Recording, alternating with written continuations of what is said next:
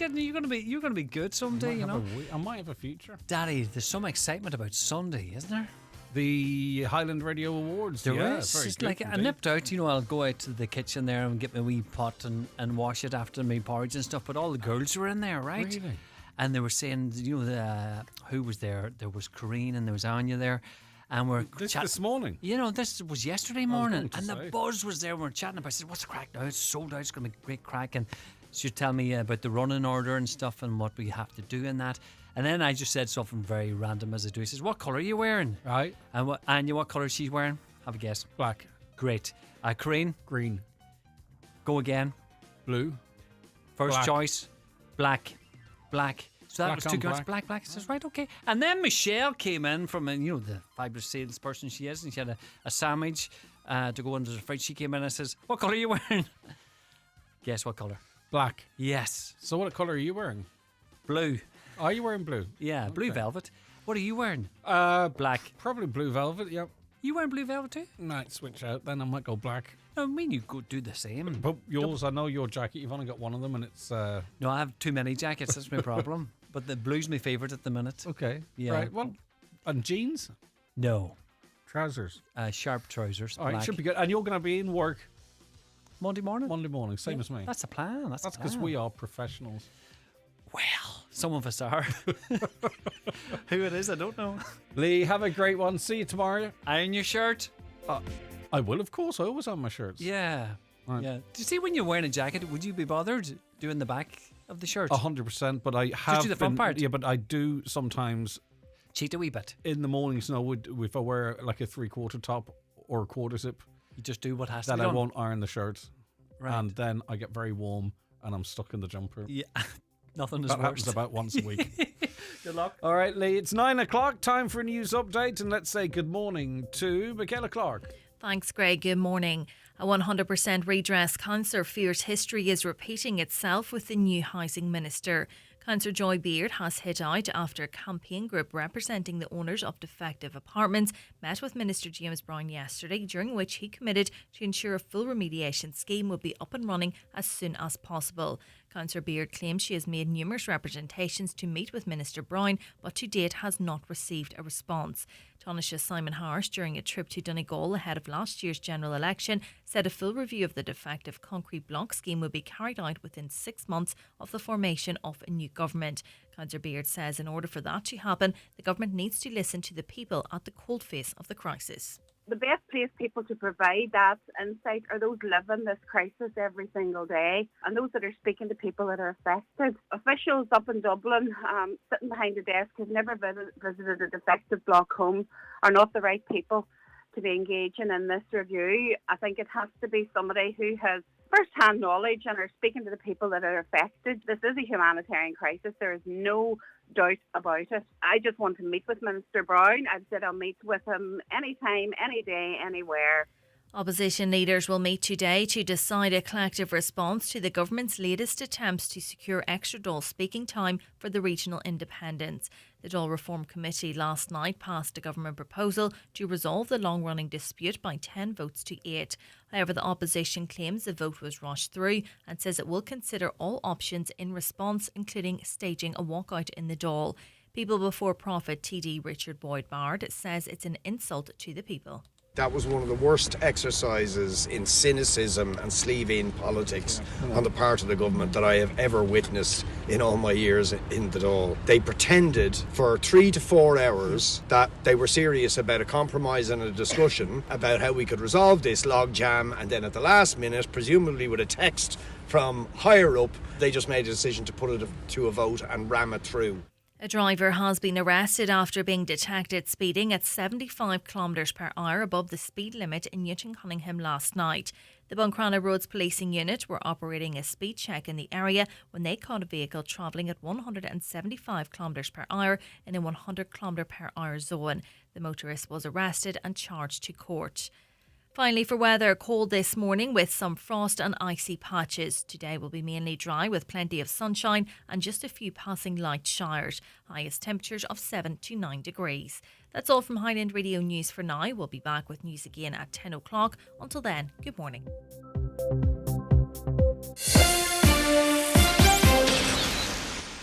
Hey, see that road sign? Which one? That white one with the black circle and 5 diagonal lines in the middle. Yeah? What does that mean again? It now means that you should drive 60 kilometres an hour or slower. Ah, okay. This sign on local and rural roads means drive at 60 kilometres an hour or below and always according to the road and weather conditions. A message from the Road Safety Authority. Visit rsa.ie. And now, it's time for the talk of the Northwest. The 9 to Noon Show with Greg Hughes on Highland Radio.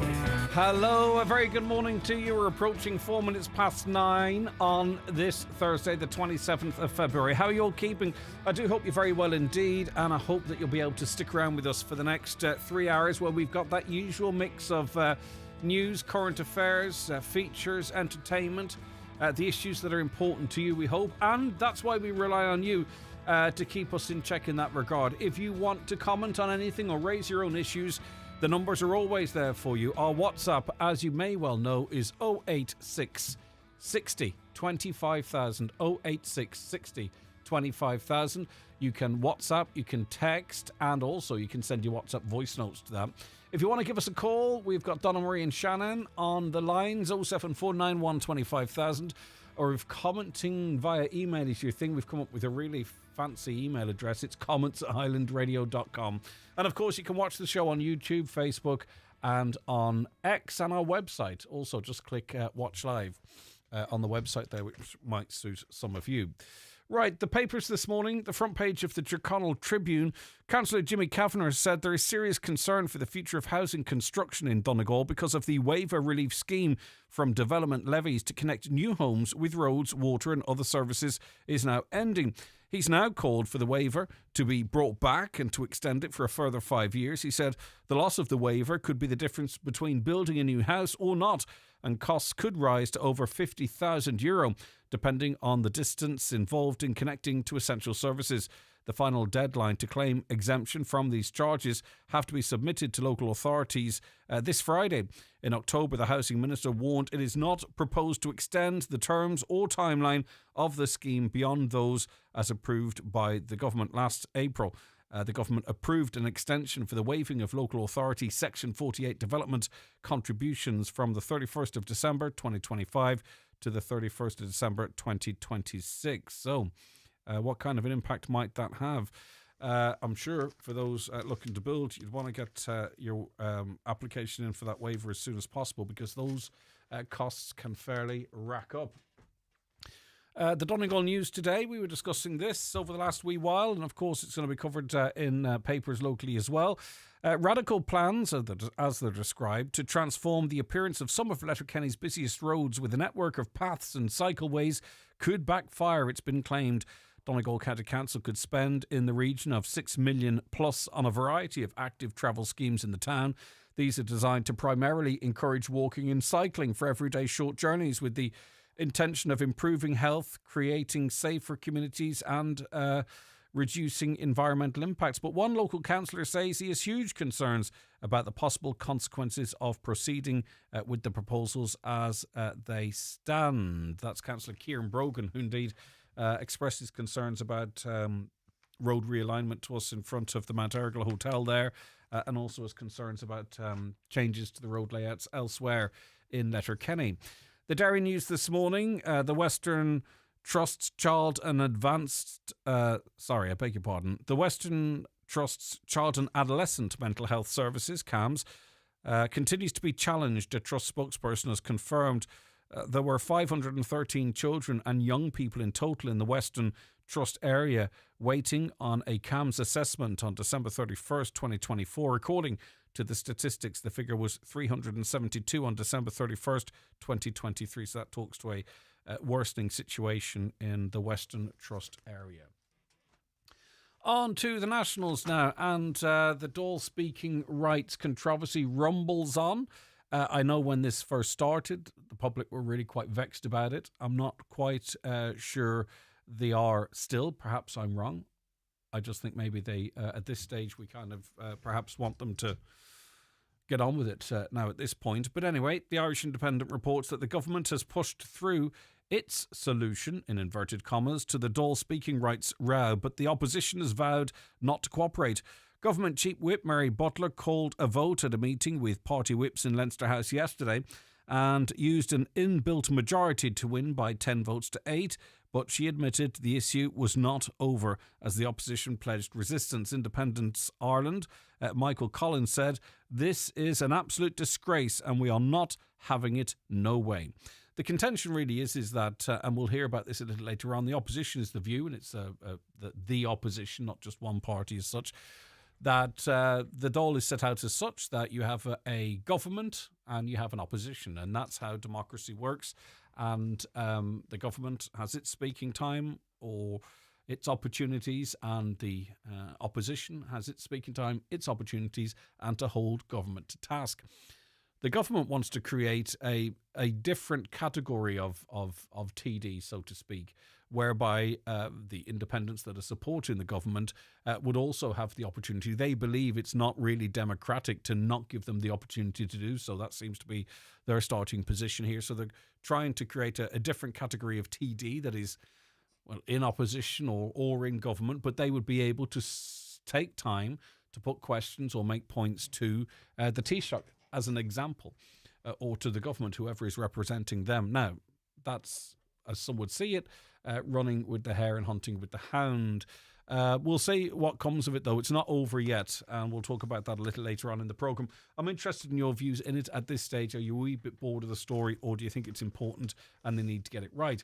You might be bored of listening to Donald Trump during this part of the programme, but he's everywhere in the newspapers, and it's very difficult to find other stuff to talk about. But this is one, again, that could impact us, so it's important to know where we're at. US President Donald Trump has threatened to slap 25% tariffs on imports from the European Union as he lashed out at the bloc, saying it was formed to screw the United States. The remarks come during the first cabinet meeting of Mr. Trump's second term yesterday, which featured an appearance by Elon Musk, the billionaire whom the US president has charged with slashing government spending. "We've made a decision and we'll be announcing it very soon," Mr. Trump said when questioned about his plans for EU tariffs. "It'll be 25% generally speaking, and that will be on cars and all other things." Mr. Trump's comments raised the prospect of a broad transatlantic trade war that could hurt both the US and European economies and inflict greater damage on frayed diplomatic ties among Western allies. But the truth be told, whether you like him or not, this is now a pretty much standard, though it's not necessarily covered widely in the papers today, tactic of his. He wants a better deal for America, whether you agree or disagree. He's done this with Australia. He's done this with Canada. He's done this with Mexico and others, and China, for an example. And he has said that he's going to impose these tariffs and then negotiations start. And I do know, because I've read, that the EU is prepared to have a look at that. So whilst there is a bit of a doomsday approach to this in the papers today, it possibly won't come to pass because, of course, the EU won't want to enter into such a trade war with the United States. So we'll see. The Irish Daily Mail, what do you think about this? The Justice Minister plans to establish a register for those convicted of serious sexual assault or domestic violence, stating, "We publish a list of tax offenders, but not for people convicted of rape."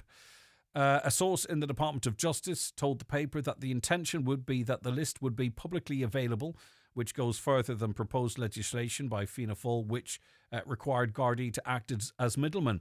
But campaigners have warned that the court system must be reformed for the register to work. "We can't have a register if there is no one on it," the brother of one woman who was killed by her abusive partner warned. Minister Jim O'Callaghan said yesterday that it is incomprehensible that the only way the public learns of convictions of serious indictable, onto page 4 here, serious indictable offences in this country is through a journalist being present in court or a victim waiving anonymity. Mr. O'Callaghan added, "The domestic violence register is something I'm committed to establishing. It is important that if somebody is convicted of a serious criminal offence by the courts, the public should be aware of that." Now, in terms of publishing a list of rapists, often, obviously, the victim does not choose to waive anonymity so that the person charged can be named. I'm not sure if they would only name rapists whose victim has waived their anonymity or if it would just be those that had. But what do you think about this? Do you think this is the right thing to do? Would you welcome a list of people charged with serious indictable offences such as domestic violence and rape? What do you think? 086 60 25,000. The Irish Farmers Journal this morning, state push to re-wet land, lump sum payments to farmers, livestock limits and large-scale re-wetting of peat soils are among the proposals for 80,000 hectares of farmed peatland. The proposals were discussed at an invitation-only meeting convened by the Department of Agriculture last week. Department officials consulted experts, including the EPA, NPWS and Teagasc, on how to achieve the climate action plan committed to reduce the management intensity of 80,000 hectares of Ireland's effectively drained peat farmland by 2030. Now, there are concerns about that. We've heard them locally and nationally as well. And how can you re-wet a piece of land without it impacting neighbouring land or having some implications in terms of flooding and all that kind of stuff? I know lots of you out there have an interest in it. If you want to comment on that, you know the details. The Irish Daily Star this morning, the search for missing schoolboy Kyran Durning will resume at a house today. Gardaí investigators said the two-storey semi-detached property in Drogheda in County Louth and its back garden is the home of a woman who knew the child, who was 6 when last seen alive in August 2022, but is now presumed to be dead. The operation is the fourth major search in the investigation. Yesterday morning, Gardaí from the Technical Bureau arrived at the property to commence the forensic and technical examination. A digger was brought into the back garden where it continued to dig until daylight faded. Several evidence bags were removed from the scene yesterday, and it's an incredibly tragic story. And if Kyran is deceased, they need to find him, and he needs to be laid to rest in a fitting and appropriate and respectful way. The mind boggles as to what that poor child must have went through. On to the Sun this morning, and a tiny shelter, and it is tiny because I can see a picture of it here, has cost you, the taxpayer, more than €360,000 to refurbish with TDs fuming. It's insane. Why is it always after the fact? Is there not some sort of a system whereby these kind of spends or projects are flagged? Like, it's the TDs are always with us going, man, this is crazy. What's going on here? I mean, they are up there earning 100k plus. Is there no mechanism for them to sort of maybe try and avoid these incredible wastes of taxpayers' money rather than sort of sitting on our benches going, God, it's terrible, isn't it? Yeah, they shouldn't be at that crack. Yeah, the bloody TDs. Surely there's something can be done from a legislative perspective or whatever to prevent this happening. We don't need sort of, 180 ministers for shock. Anyway, the 8-foot tall hut, that's all the height of it, was used by firemen and bus drivers for protection against the weather. It stood on St. Patrick's Street in County Cork City from 1892 until 2008 before being removed and put into storage. Last year, the structure, known as the Fireman's Hut, was re-erected outside Cork's City Fire Brigade's HQ on Anglesey Street. 360k to bring it back into commission. It is, you couldn't put a potty in it. But anyway, there you go. And finally, and I don't mean this in any way badly, but sometimes when you learn of a celebrity passing, one that you were familiar with in your childhood, you find out that they were alive first and then go, my word, that's sad that they're dead. And Henry Kelly was one of those. I remember watching him on Going for Gold and what have you when I was a much younger person, and I didn't realise he was still alive, but very sadly he has actually died. And it's the Taoiseach who led the tributes yesterday for Going for Gold host Henry Kelly, who has died at the age of 78. Again, no disrespect to him, I would have put him as older, just framing it in my life years. The Irish radio and TV star died peacefully after a period of ill health on Tuesday, his family confirmed. A statement read, "The Game for a Laugh star will be sorely missed by his friends and family." It read, "Henry will be sorely missed by his friends and family, including his partner, Carolyn Schindler, their son, Alexander, Henry's daughter, Siobhan, and her mother, Marjorie." And you might remember he used to hang around and do shows with Matthew Kelly, Sarah Kennedy too is a name I'd almost forgotten, Jeremy Beadle, who went on then to do Beatles About and other shows like that. All right. Well, anyway, rest in peace. He's passed on at the age of 78. All right. That was a run through what's making some of the stories or some of the pages of the papers today. We'll be back with our own news after we take a quick break. Daily newspapers are courtesy of Cosgrove, Centra and Diner, Mountaintop, Letterkenny. The 9 till noon show is brought to you by Letterkenny Credit Union, with monster loans available up to €60,000 for all occasions. Visit letterkennycu.ie. Department plans drastic cuts to farming and peatland. In this week's Irish Farmers Journal, we reveal government scramble to re-wet 25,000 acres this year. Fertiliser cuts and livestock limits on the table. Farmers could be paid lump sums to re-wet land. How to draw down €75 per cow and €13 per ewe in new schemes. Get the latest mart prices for calves and booming beef trade. And we talk to a couple denied planning permission on their own farm. All inside this week's Irish Farmers Journal. Are you looking for fresh, local, convenient shopping? Maple Stores has you covered across Donegal. Proudly Donegal owned, your local Maple Store offers everything from apples to AdBlue, all while supporting local suppliers. And throughout the month of February, spend €10 in any Maple Store and you'll receive a voucher for a free regular tea or coffee. Check out your local Maple Store on Facebook for weekly offers and promotions. Oh, and we also sell fuel too. Maple Stores. Fresh, convenient, local. Do you suffer from high cholesterol, menopause symptoms, digestive issues, anxiety, aches and pains, or a lack of energy?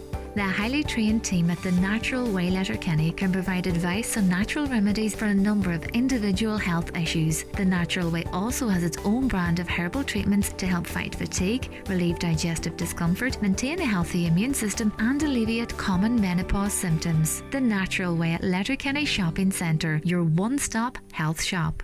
Want a new car? Think Kia. Call Heron Auto Donegal Town on 074 9722 555. We're excited to offer a fantastic selection of self-charge and plug-in hybrid cars, along with petrol and electric cars. With finance rates starting from an incredible 0% APR and a 7-year warranty, you can drive away today with peace of mind. Call Heron Auto to find your perfect vehicle and experience our commitment to excellence. Drive with confidence. Drive with Heron Auto Donegal Town. Highland Radio Time Checks brought to you by EirGrid, the operator and developer of Ireland's electricity grid. EirGrid, powering up communities, powering up Ireland. The time is? The time now is 20 minutes past 9, and we're rejoined on the programme by Rosina Toner. Good morning to you, Rosina. How are you keeping? Hi, I'm good, thank you. That's very good indeed. Good to hear. We've spoken to you in the past because you became something of a campaigner as it relates to cancer services. And of course, yesterday we were speaking to Councillor Declan Meehan, who pointed out that just 1 in 3, effectively, cancer patients who have been diagnosed begin their treatment within the targets. And of course, this has spurred a conversation about cancer services more generally, Rosina. So what issue have you been revisiting? I just can't even believe we've had to have this conversation again, because like just over 2 years ago, when I spoke to Sean Murphy and when I spoke to the then Minister for Health, Stephen Donnelly, I really thought they were going to make a difference and help me. I have been at the hospital maybe once every 6 weeks to 2 months since, and every time I go, I ask the same questions. Is there anything like in the pipeline? Is there anything changing? And every time I get the same answer, no. Right. What are the problems that you see on attendance there, Rosina? The problems are there is not enough space. Councillor Meehan said yesterday that like last year they got 3 extra spaces. There was always those spaces there. So in the main room in the hospital, in the main room in the day unit, there's 11 chairs. Then down the corridor, there's a wee smaller room that has 3 chairs. They have been there in the 2 years or nearly 4 years that I have been attending there. The pharmacist unit is still in there. I was told it was going to go. It's still in there. So, I know, Mr. Murphy said that, he'll find somewhere else in the hospital for it. Well, 2 years later, he clearly, has he not looked? Has he not found it? This now, 1 in 3 patients, Donegal is humongous, and the cancer patients, people like me who are still attending there, because cancer patients are living longer. There was a time that unit may have been big enough because there was a shorter life for a cancer patient. Now, with new medicines and whatnot, we're all living longer, which is brilliant. So they need a bigger unit. It's so frustrating. So frustrating when you're in there. I haven't been in there, Rosina. So you're of the view, and you got a commitment that they were looking at moving the pharmacy unit from that space, which would allow these chairs, and it literally is actually just a space for chairs. It's not about staff or equipment. So if they moved the pharmacy unit, you'd be of the view that they could accommodate more chairs and therefore start people on the treatment within the recommended guidelines. No, because they haven't the staff neither. Right. They haven't the staff. The staff, there is a turnover of staff. Since I started there, I would say there's maybe 3-4 familiar faces still there, because some of them have retired, yes. Some of them are leaving because their mental health cannot take it. There's hematologists coming. There's two, because it's leukemia I only can speak for the hematologist part that I see. So there's two hematologists there, Dr. Maria and Dr. Morel. They are basically holding the fort. If anything was to happen to one of the two of them, or anything in their family that they needed time off, it just would be a complete disaster. There is hematologists come, but they don't stay. And I'll go in and I might see a doctor, and then I maybe go back in 6 weeks or 2 months, and that doctor, I don't see it. I'd see maybe then Dr. Maria or Dr. Morel, and I'll say, oh, where did Dr. such and such go? Oh, his contract was up and he didn't want to stay, or she didn't want to stay. And I'll be like, why did they not want to stay? And they just look at me as if to say, Rosina, we don't even need to tell you. The pressure everybody is under. You shouldn't have to go to work in that situation. We need a bigger unit. If we had a proper cancer facility that was better, bigger, easier, people would stay. If you're happy in your job, you'll stay. We'll move on to that in a second, but just back to the chairs before I do move on. I think in this day and age as well, patients would expect, comfort and dignity. And you've heard of occasions where patients felt they didn't have the space, that they were too cramped or overcrowded, or what was that about? Well, it was I was sitting in a chair. I could hear the person in the next chair telling the nurse, what had been going on with them since they were in there last. That is not fair. It's like everything. There's a code. What I hear in there, I don't tell anybody else I hear it. That's just what we do. But it's not fair. It's not fair on the people who's in maybe telling a nurse sensitive. Okay, and they start telling the story, and I'm sure if the nurse knew it was going to be a sensitive topic, they would take them out and they would speak to them privately. But when you're in that chair, you just talk. That's what we all do. The nurse will say, how have you been?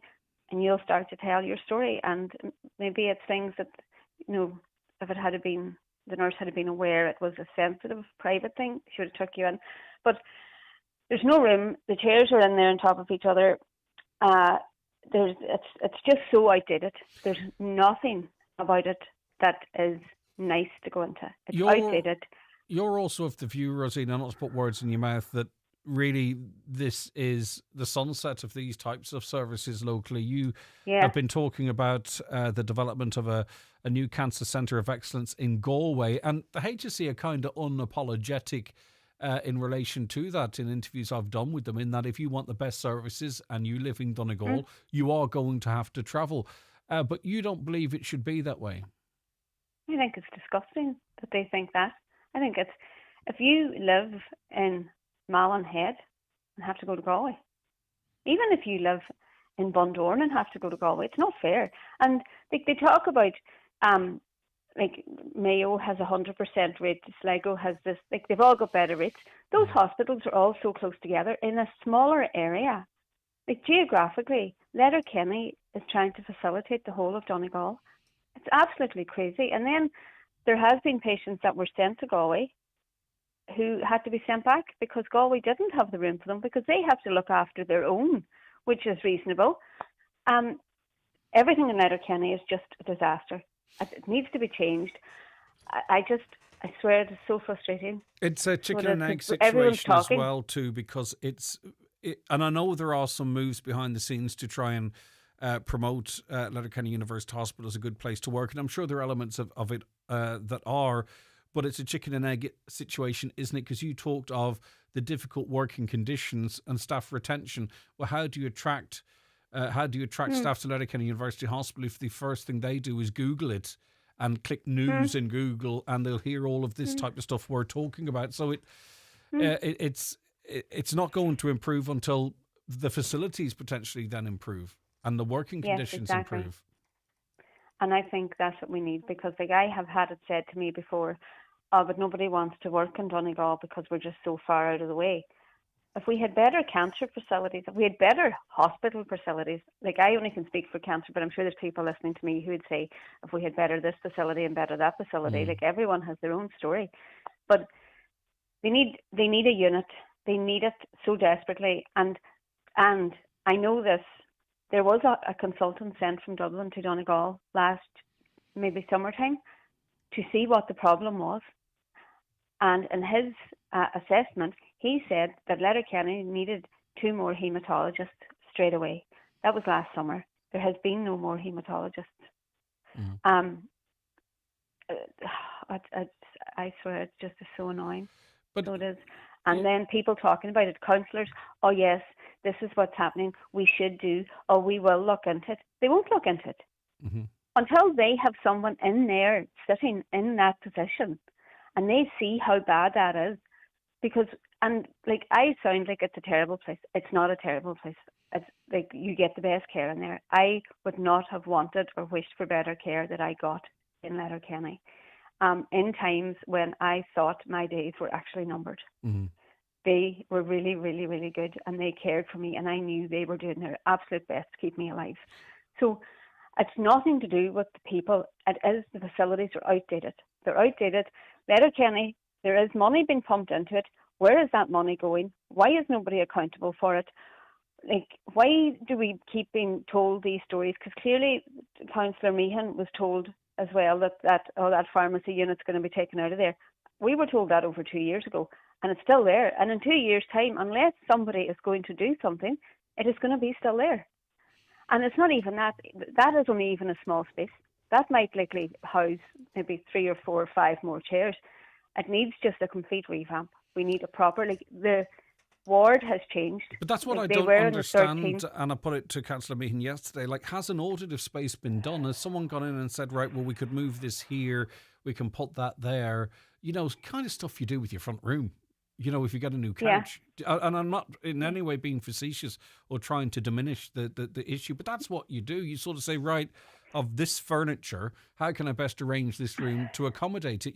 Are we doing that at a grand level in a hospital? Can we move this pharmacy unit somewhere else to give a bit more privacy, a bit more dignity, more treatment points?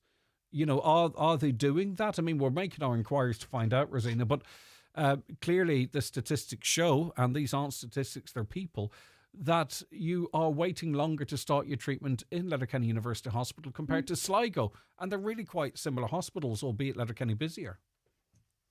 Yeah, I do think it's just overloaded. It's overloaded.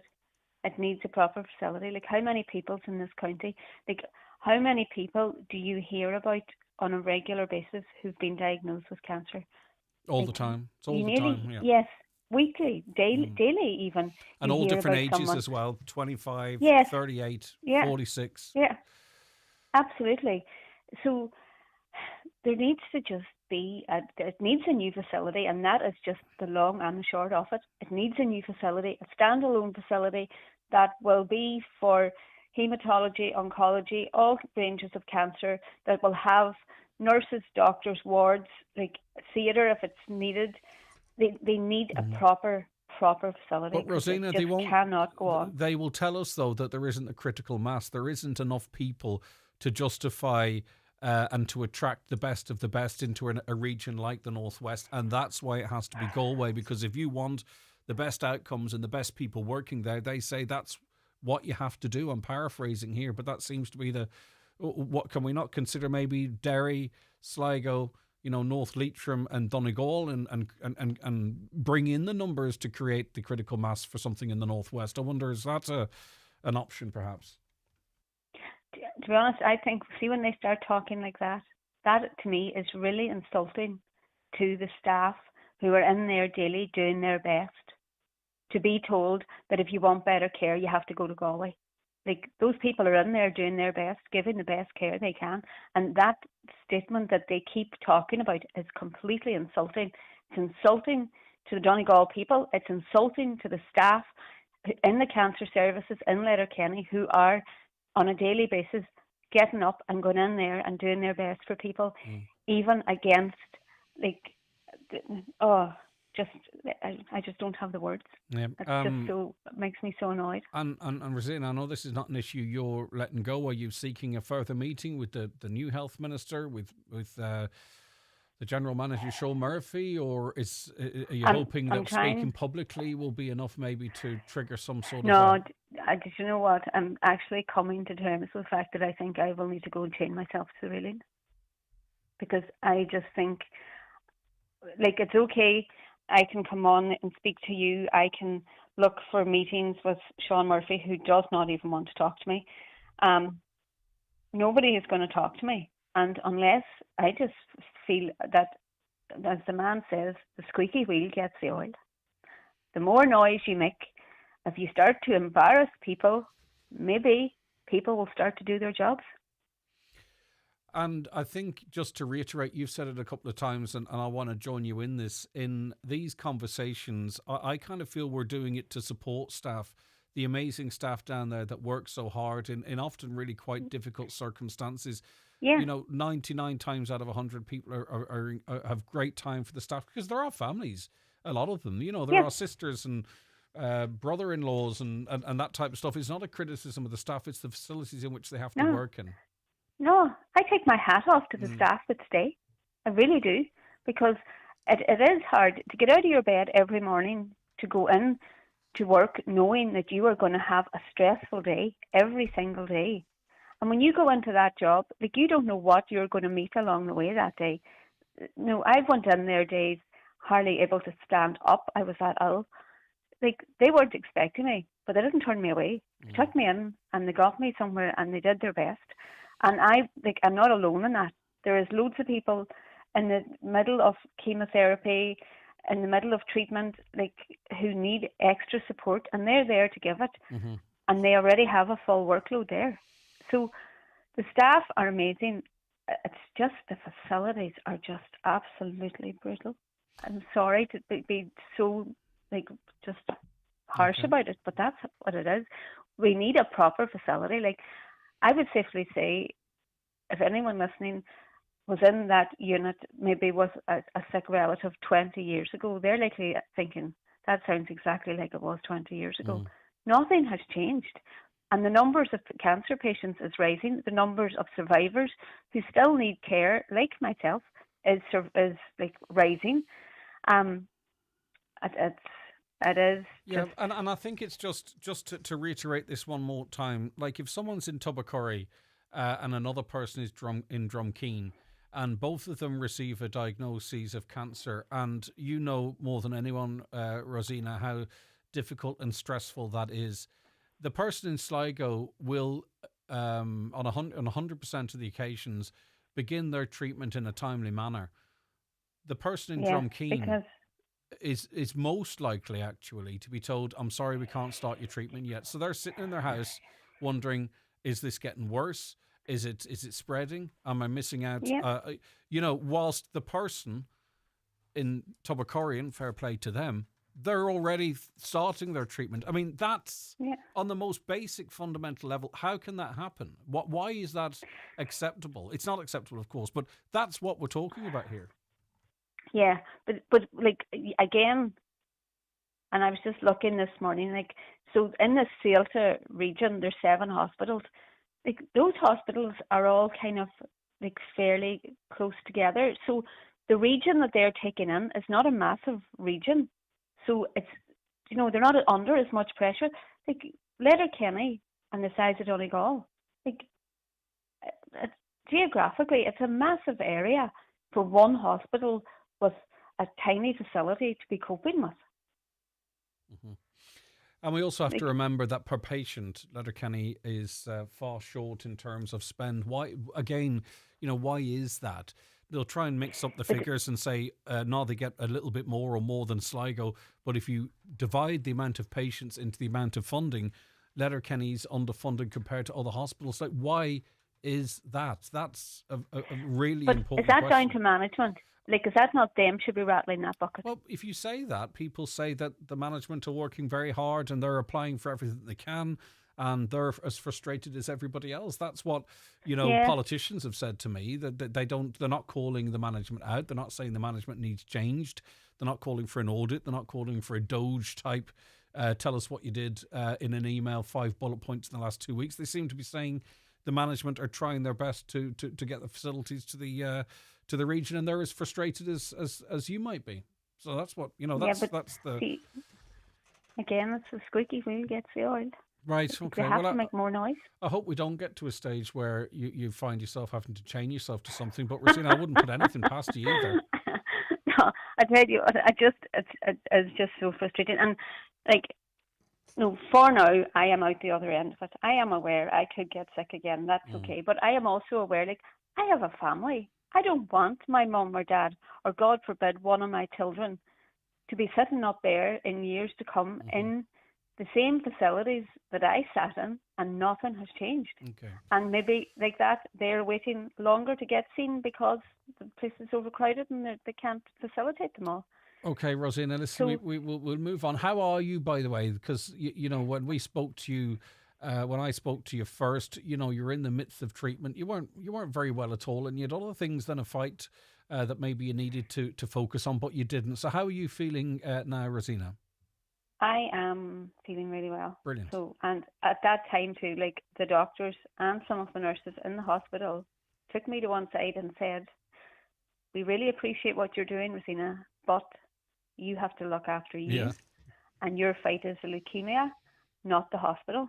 So just please, look after yourself." And because they basically told me I was fighting a losing battle with the hospital. Yeah, I get you. So, but now I'm well enough, and to be still in there and to still see it just makes me so sad. And I see, the sick people still coming through the door, the people who, like me now, are just out the other end and need that just wee checkup once a month, just to check, just that everything's going okay, you're feeling okay, and your bloods are checked. But no, stay there a quick really sec. I want to bring Dorothy in. Hi, Dorothy. Good morning to you. Hello. Good morning. You send us a wee text in, Dorothy, and thanks for coming on. What did you want to say? Just want to say support Rosina. Everybody should be supporting her, and anything we can do. She mentioned there about, railings and chaining herself. Well, I would say today there's an awful lot of women listening to this that would do exactly like her and support her, because I don't know what more, can be done. There's nobody listening. She's gone through everything there, Greg. I've been listening. And Rosina has put it so well. I couldn't begin to, follow anything. She said everything. She said it so well. And I follow her on social media. She's a wonderful person. She cares so much about other people. She's fought the fight herself. She's hopefully, God bless her, but now she's thinking of other people. And how many of us in our family have had, or, have people that are going through this struggle. And I just want to say that if there's anybody out there, women or anybody who wants to think about protesting peacefully, we should all be doing it. Right. I'm retired. I can do that. I know there's people who are working and they don't have the time maybe, or, but I really think it's about time that we did something drastic, because, as Rosina said, there's nobody listening, Yeah. Okay, Dorothy, very succinct and to the point. Thank you very much indeed. Yeah, thank you, Dorothy. And thank you. Thank you very much to Rosina and to Highland for highlighting again. Thank you. No problem at all. So there you have it, Rosina and Dorothy, like others. I just want to bring Bernie in, if you don't mind as well. Hi, Bernie. Hi, how you doing, Greg? I'm good. And you're, like our last caller, in agreement with Rosina. Well, I know Rosina because I'm from Cairn and I'm aware of everything she went through because I actually worked in the doctor's surgery. I'm retired now and she was our patient. She's just one in a million. But hi, Rosina. But This is your life if it wasn't such a serious matter. Aye. But go ahead, Bernie. Yeah, we could have our own show. I was diagnosed with breast cancer in 2013 and I was diagnosed through breast check. So I've been up and down to Galway ever since. I can't go to Letterkenny. I don't mind. I'd go to Africa to be monitored. But the staff in Letterkenny are amazing. And Rosina's right. You know, it's a disgrace that Donegal has no primary care centre. You know, I have a sister living in Cork and she can't believe the amount of travelling I have to do for various appointments. It's a disgrace. I mean, it just shouldn't be allowed to happen. And now I remember being in the car with my husband and listening about funding for the cancer bus, never dreaming that one day I'd be on the cancer bus. Yeah. You know, and it's those sort of things that people you take it for granted, but see when it comes to your door, oh my God, it's another thing. It really is. And I didn't go through half what Rosina went through, but I'm very angry about the state of Letterkenny Hospital and what the staff have to endure. And I'd be right beside you, Rosina, if you're chaining yourself to anything. No problem. Okay, well, let's not get carried away here. I wouldn't put anything past Rosina and her supporters at this stage. But we'll see if we need to head down to Watson's for some chain. We'll see. But the point being, Rosina, as well, is that's how passionate people feel about this. You know, this is life and death. This is the difference between a positive outcome and a negative outcome. And this is also, I also think there's a cohort of people out there, and Bernie, maybe you can talk to this, that can't undertake that commitment to that treatment program up and down from Galway all of the time. You know, that people say, I'm not actually engaging in that. Yeah. And my youngest daughter, she just drove me up for the bus when I was going for my radiotherapy. I had family around me that were going to drive me, but there's many people haven't got that, you know. It's just like, even a trip to Letterkenny, that's enough to do. The hour up to Letterkenny from Carndonna, that's enough. But the lack of, it's just appalling, the lack of service that's there. And I have a daughter who's a nurse in Derry, and I don't know how they get up in the morning and go in knowing that they're just coming across, you know. I mean, they're heroes really to stick it out in some of these. Okay, Bernie, listen, thank you very much. It's lovely to speak to you. Take care. And Bernie, Rosina, obviously Bernie and Dorothy wanted to come on and support you. They follow what you do. Keep us in the loop as to what your plans are, Rosina. And I'm going to echo the nurses' commentary. Look after yourself first and foremost. But of course, this is something you're incredibly passionate about. And we've dozens and dozens of texts of support for you, Rosina. Thank you, and I'd no doubt we will be in touch again. All right, take care, Rosina. Look after yourself. Unfortunately. Okay, take care. Bye. Bye-bye. We'll be back after a break. The 9 till noon show is brought to you by Letterkenny Credit Union, offering low-rate car loans with fast approval. Apply online at letterkennycu.ie or in office today. You can't predict when minor injury or illness will occur. That's why at Ophidia Letterkenny MIU, we provide a walk-in service Monday to Friday from 10 a.m. to 6 p.m. Our priority is to see all patients within 1 hour, from minor illnesses to cuts and breaks, sports and limb injuries to minor burns. Ophidia Letterkenny MIU offers quality medical care and we're open to everyone. Ophidia Letterkenny MIU, located in Scally Place. Accidents don't wait for an appointment, neither should you. Are we there yet, Dad? Not yet, honey. Dad, are we there yet? Not yet, no. Are we there yet? No, we're not there yet. Dad. I know. Are we there yet? No. Are we lost, Dad? I think so. Should have gone to Specsavers. Book an eye test online. For strong, unique, weather-resistant homes, choose Cedral Exteriors. Our fibre cement roof slates and wall cladding ranges are built to last for generations, exceeding EU quality standards. Members of Guaranteed Irish, our products are locally made and beautifully designed, offering long-term peace of mind. Visit cedral.ie. Cedral Exteriors. Strength guaranteed.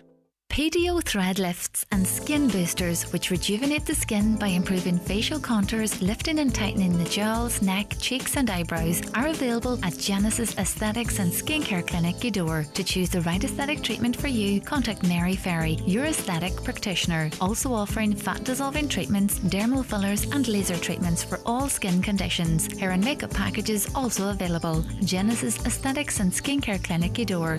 07495 325 75. Relay for Life Donegal is calling. Register your team now for the 24-hour relay weekend. Join us as we unite to fight back against cancer. Every step matters. Register your team today at DonegalRelayForLife.com. Relay for Life Donegal. We relay for those who can't, so gather your team and make a difference.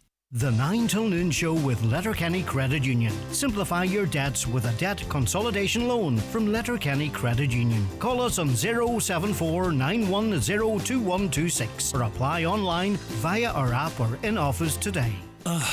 Whether they're on holiday, watching TV, eating a family meal. Put it down. It seems teenagers just refuse to put down their phones. But help is at hand. Because Fundamania is in Derry. Real thrills, real fun, outside in the fresh air. Fundamania Derry at the Brunswick Movie Bowl from February 28th to March 17th. Choose regular, junior or family wristbands. Turn screen time into scream time. Details at fundamania.co.uk. Want to work with the very best? Then make the all-new Nissan Interstar your next recruit. It's first impressions that count, and the Nissan Interstar doesn't disappoint. With a brand new, eye-catching grille and jaw-dropping design. And with a stronger-than-ever payload, it has the power to match your ambition. Available now in electric and diesel versions. Let the world know you mean business with the all-new Nissan Interstar. Contact your local dealer or visit nissan.ie. Nissan. Defy ordinary. When it comes to great value home energy offers, you can trust SSE Airtricity to deliver. That's why more people switch to us than any other energy provider in the last 12 months. Switch today and you'll get 20% off your electricity and gas, plus €130 welcome credit. Join the thousands who've already made the switch to SSE Airtricity. It's easy. Simply go to ssseairtricity.com. SSE Airtricity. This is Generation Green.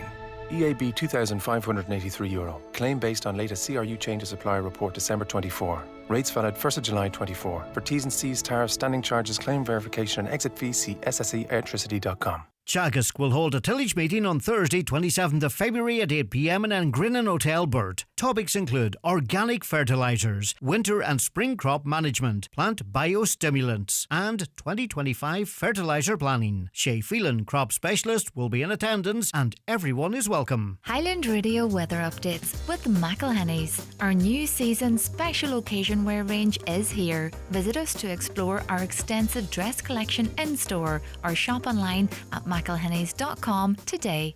Well, after that cold and frosty start in some places today, will be mainly dry with plenty of sunshine and just a few passing light showers. Highest temperatures of 7 to 9 degrees with light to west northwest winds. If you've been listening from the get-go, you're a regular listener. Do you remember when we were discussing the 4 lanes and they were planting in the middle of the 4 lanes, and we questioned, well, how are they going to maintain that? You know, the trees and the grass and all that kind of stuff. Well, there's a bit of a traffic snare up coming into Letterkenny because they've closed down a lane to cut the grass and to maintain that greenery there. And some people not happy that it appears to have happened during rush hour, which is certainly making people frustrated. Mary Boyle's with me now. Hi, Mary. Are you there, Mary? No, I don't have Mary. We'll try and reconnect just to get to some of your comments. Does anyone know what's going on with traffic into Letterkenny this morning? Backed up to McDade's on the Ballabafay side. All side roads backed up now too. As I say, they decided to maintain the grass there. That's the answer to that question. Sorry, Mary. Are you there now? Yes, I'm here. Sorry about that, Mary. No, that's no problem whatsoever. We were talking there about cancer care, cancer services, and the health service generally speaking, and you were reflecting on your mum's experience.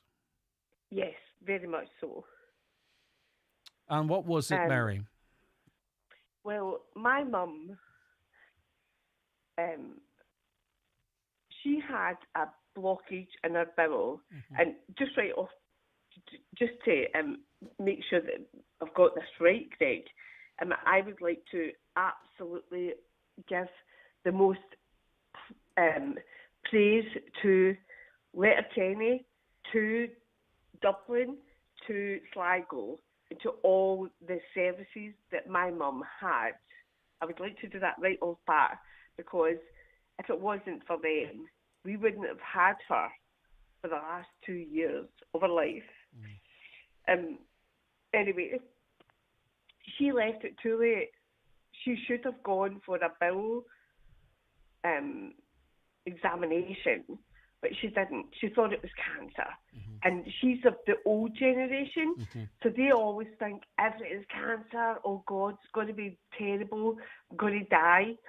But it wasn't actually cancer. It was just a little bowel blockage. But she'd left it too late. So it ended up when she went to Letterkenny, it was an emergency operation. So they had to rush her in, and the surgeons there had to fight to save her. They had to cut away so much of the bowel to actually make sure that she could function again. So she ended up with an ileostomy, which is the little bag thing that they've got on the side of it, or the side of in the body. Then she had to go to, she ended up with an infection because Letterkenny Hospital was just riddled with whatever it was that was going on at the time. And this is the reason that I'm phoning, Greg, is that I was listening to Rosina. That's correct. Either? Yeah. And I now want to ask the question, who is responsible? Who is responsible for promising they're going to do this, they're going to do that, they're going to make this good, and they're going to make that good? These people, there was two names mentioned there, Sean Murphy and Stephen Doherty. Why are they still in their jobs? Well, Stephen Donnelly's the former Minister for Health. He was de-elected at the last election. Because, I mean, just in defence of the General Manager, Sean Murphy, there seems to be a consensus that he is trying his best, but he's being frustrated by, the CELTA or the HSC or...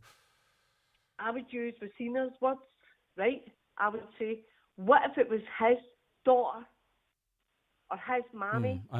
I do understand. Would it be so lackadaisical? I know, but we can't attribute lackadaisism to someone unless we know the full circumstances. But I do understand where you're coming from, Mary, and I do appreciate your time. Sorry I had to rush it along because we're just approaching 10 o'clock, and as I say, might have an opportunity to speak to the General Manager, but he is an individual as well and is entitled to his own right to reply. And as I say, we've spoken to him in the past, and he's got a lot of support in the past from both people within the hospital and outside the hospital. That the hospital as a collective is trying very hard to get a better slice of the pie from CELTA, from the HSC more generally, and there is a collective frustration down there in regards to that.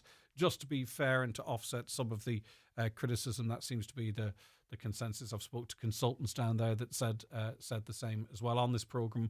But I also, and I hope people understand the frustration of listeners as well. Okay, I haven't ignored any of your comments, by the way. We just have been speaking to people and haven't gotten to them. We will do, and much more besides after the news and obituary notices. The 9 till noon show is brought to you by Letterkenny Credit Union. Digital loans now available. Apply online or via our app today and get your loan transferred directly to your current account. Join Ireland's finest singer-songwriter Paul Brady and guests Sunday the 13th of April at the Mount Errigal Hotel, Letterkenny. Hear Paul perform such classics as The Island, Crazy Dreams and The Homes of Donegal. Tickets for Paul Brady on sale now at the Mount Errigal Hotel and Ticketmaster.ie. Paul Brady and guests, presented by Joe Gallagher Entertainments. New this week in Home Store and More. All frying pans are all half price. But better hurry, because when all our half price frying pans are gone, they're gone. Also, all wall mirrors and clocks and all bathroom towels are still all half price. But when all the half price wall mirrors and clocks and all the half price bathroom towels are gone, they're definitely gone. Drop by your local Home Store and More. Visit us online at homestoreandmore.ie. Home Store and More. A happy home. At My Home, we hate complicated. That's why our new app now offers a great range of features like our enhanced map search, access to My Home Eco Rating, as well as our all-important property email alerts, which means you have everything you need to find your new home right in the palm of your hand. Download the new My Home app today. Right Price Tiles, wood flooring and bathware are 27 years old, and to celebrate, we're offering up to 70% off everything in store. That's right, a massive birthday sale with up to 70% off all tiles, wood flooring and bathware. Everything's in stock. Right Price Tiles, wood flooring and bathware, up to 70% off birthday sale now on. In these difficult, turbulent times around the world, people all over Ireland are selflessly working to help those in need. The Irish Red Cross Humanitarian Awards are here to celebrate these incredible people. Go to redcross.ie and nominate a volunteer or group in the community who you think deserves an award. Nominations close Friday, February 28th. The Irish Red Cross Humanitarian Awards. Because good deeds matter. Visit redcross.ie. Whether they're on holiday, watching TV, eating a family meal. Put it down. It seems teenagers just refuse to put down their phones. But help is at hand. Because Fundamania is in Derry. Real thrills, real fun, outside in the fresh air. Fundamania Derry at the Brunswick Movie Bowl from February 28th to March 17th. Choose regular, junior or family wristbands. Turn screen time into scream time. Details at fundamania.co.uk. Live, on air, online and on the Highland Radio app. This is Highland Radio News. Good morning, I'm Michaela Clark with the news at 10 o'clock. A 100% redress cancer fears history is repeating itself with the new housing minister. Councillor Joy Beard has hit out after campaign group representing the owners of defective apartments met with Minister James Brown yesterday, during which he committed to ensure a full remediation scheme will be up and running as soon as possible. Councillor Beard claims she has made numerous representations to meet with Minister Brown, but to date has not received a response. Taoiseach Simon Harris, during a trip to Donegal ahead of last year's general election, said a full review of the defective concrete block scheme will be carried out within 6 months of the formation of a new government. Councillor Beard says in order for that to happen, the government needs to listen to the people at the coalface of the crisis. The best placed people to provide that insight are those living this crisis every single day, and those that are speaking to people that are affected. Officials up in Dublin, sitting behind a desk, who've never visited a defective block home, are not the right people to be engaging in this review. I think it has to be somebody who has first-hand knowledge and are speaking to the people that are affected. This is a humanitarian crisis. There is no doubt about it. I just want to meet with Minister Brown. I've said I'll meet with him anytime, any day, anywhere. A search at a property in County Louth by Gardaí investigating the disappearance and murder of Kyron Durnan has entered a second day. The missing schoolboy, who would now be 6 years old, has not been seen since 2022. Barry White has more. A garden at the back of the property here in Drogheda will remain the focus of Gardaí again today in their search for clues into what exactly happened to Kyron Durnan. Forensics resumed excavating the garden this morning again at 9 o'clock. A mini digger was used yesterday as part of the search, while Gardaí could also be seen taking the roof off a large garden shed and dismantling it. 2 Garda vehicles remained outside the house overnight to protect the scene. It's understood the people connected to this property have been of interest in the Kyron Durnan investigation for some time. There's calls for a new Cancer Day Services unit at Letterkenny University Hospital. It's after it was revealed earlier this week that just 31% of newly diagnosed cancer patients at the hospital begin treatment within the recommended timeframe of 15 working days. Donegal Cancer Services campaigner Rosina Toner says a bigger unit is needed at the hospital as a matter of urgency to facilitate treatment. She told the 9 till noon show a short time ago that the current situation is having a knock-on effect on staff. Some of them are leaving because their mental health cannot take it. Two haematologists there, Dr. Maria and Dr. Morel, they are basically holding the fort. Pressure everybody is under. You shouldn't have to go to work in that situation. We need a bigger unit. If we had a proper cancer facility that was better, bigger, easier, people would stay. If you're happy in your job, you'll stay. The British Prime Minister says any security guarantee from Ukraine would need to be sufficient to deter Russia from invading again. Keir Starmer's arrived in Washington to meet with US President Donald Trump. Yesterday, the American leader indicated security guarantees should come from Europe and not the US. Sky's political editor Beth Rigby, who's travelling alongside the British PM, says he has a tough task ahead. Can Starmer get security guarantees for Ukraine from a Donald Trump that appears to be pivoting, more sympathetic to Russia than European allies? And then on trade, this is a president threatening tariffs. A new report is calling for the government to fully examine historic human rights violations. Primarily, but not exclusively focused on the Troubles, it's calling for an All-Ireland Truth Commission to be established. The report is being jointly launched today by the Irish Council for Civil Liberties and the Committee on the Administration of Justice in Northern Ireland. Claire McAvoy, acting co-director of the ICCL, says they also want a historical investigation unit and a strengthened system of public inquiries to be set up. And together, these mechanisms would complement one another and they would provide a robust response to violations that occurred. They would uphold Ireland's legal obligations under the European Convention on Human Rights. And crucially, they would vindicate the rights of survivors and their families, some of whom have been campaigning for decades for truth and justice. A driver has been arrested after being detected speeding at 75 km/h above the speed limit in Newton Cunningham last night. The Buncrana Roads Policing Unit were operating a speed check in the area when they caught a vehicle travelling at 175 km/h in a 100 km/h zone. The motorist was arrested and charged to court. Weather now cold this morning with some frost and icy patches. Today will be mainly dry with plenty of sunshine and just a few passing light showers. Highest temperatures of 7 to 9 degrees. That's all from Highland Radio News for now. We'll be back with an update again at 11 o'clock. Until then, you can keep up to date with the latest local news on our website highlandradio.com. Good morning. The obituary notice says for this Thursday morning, February the 27th. The death has taken place of Jimmy Freel, Lossett Church Hill.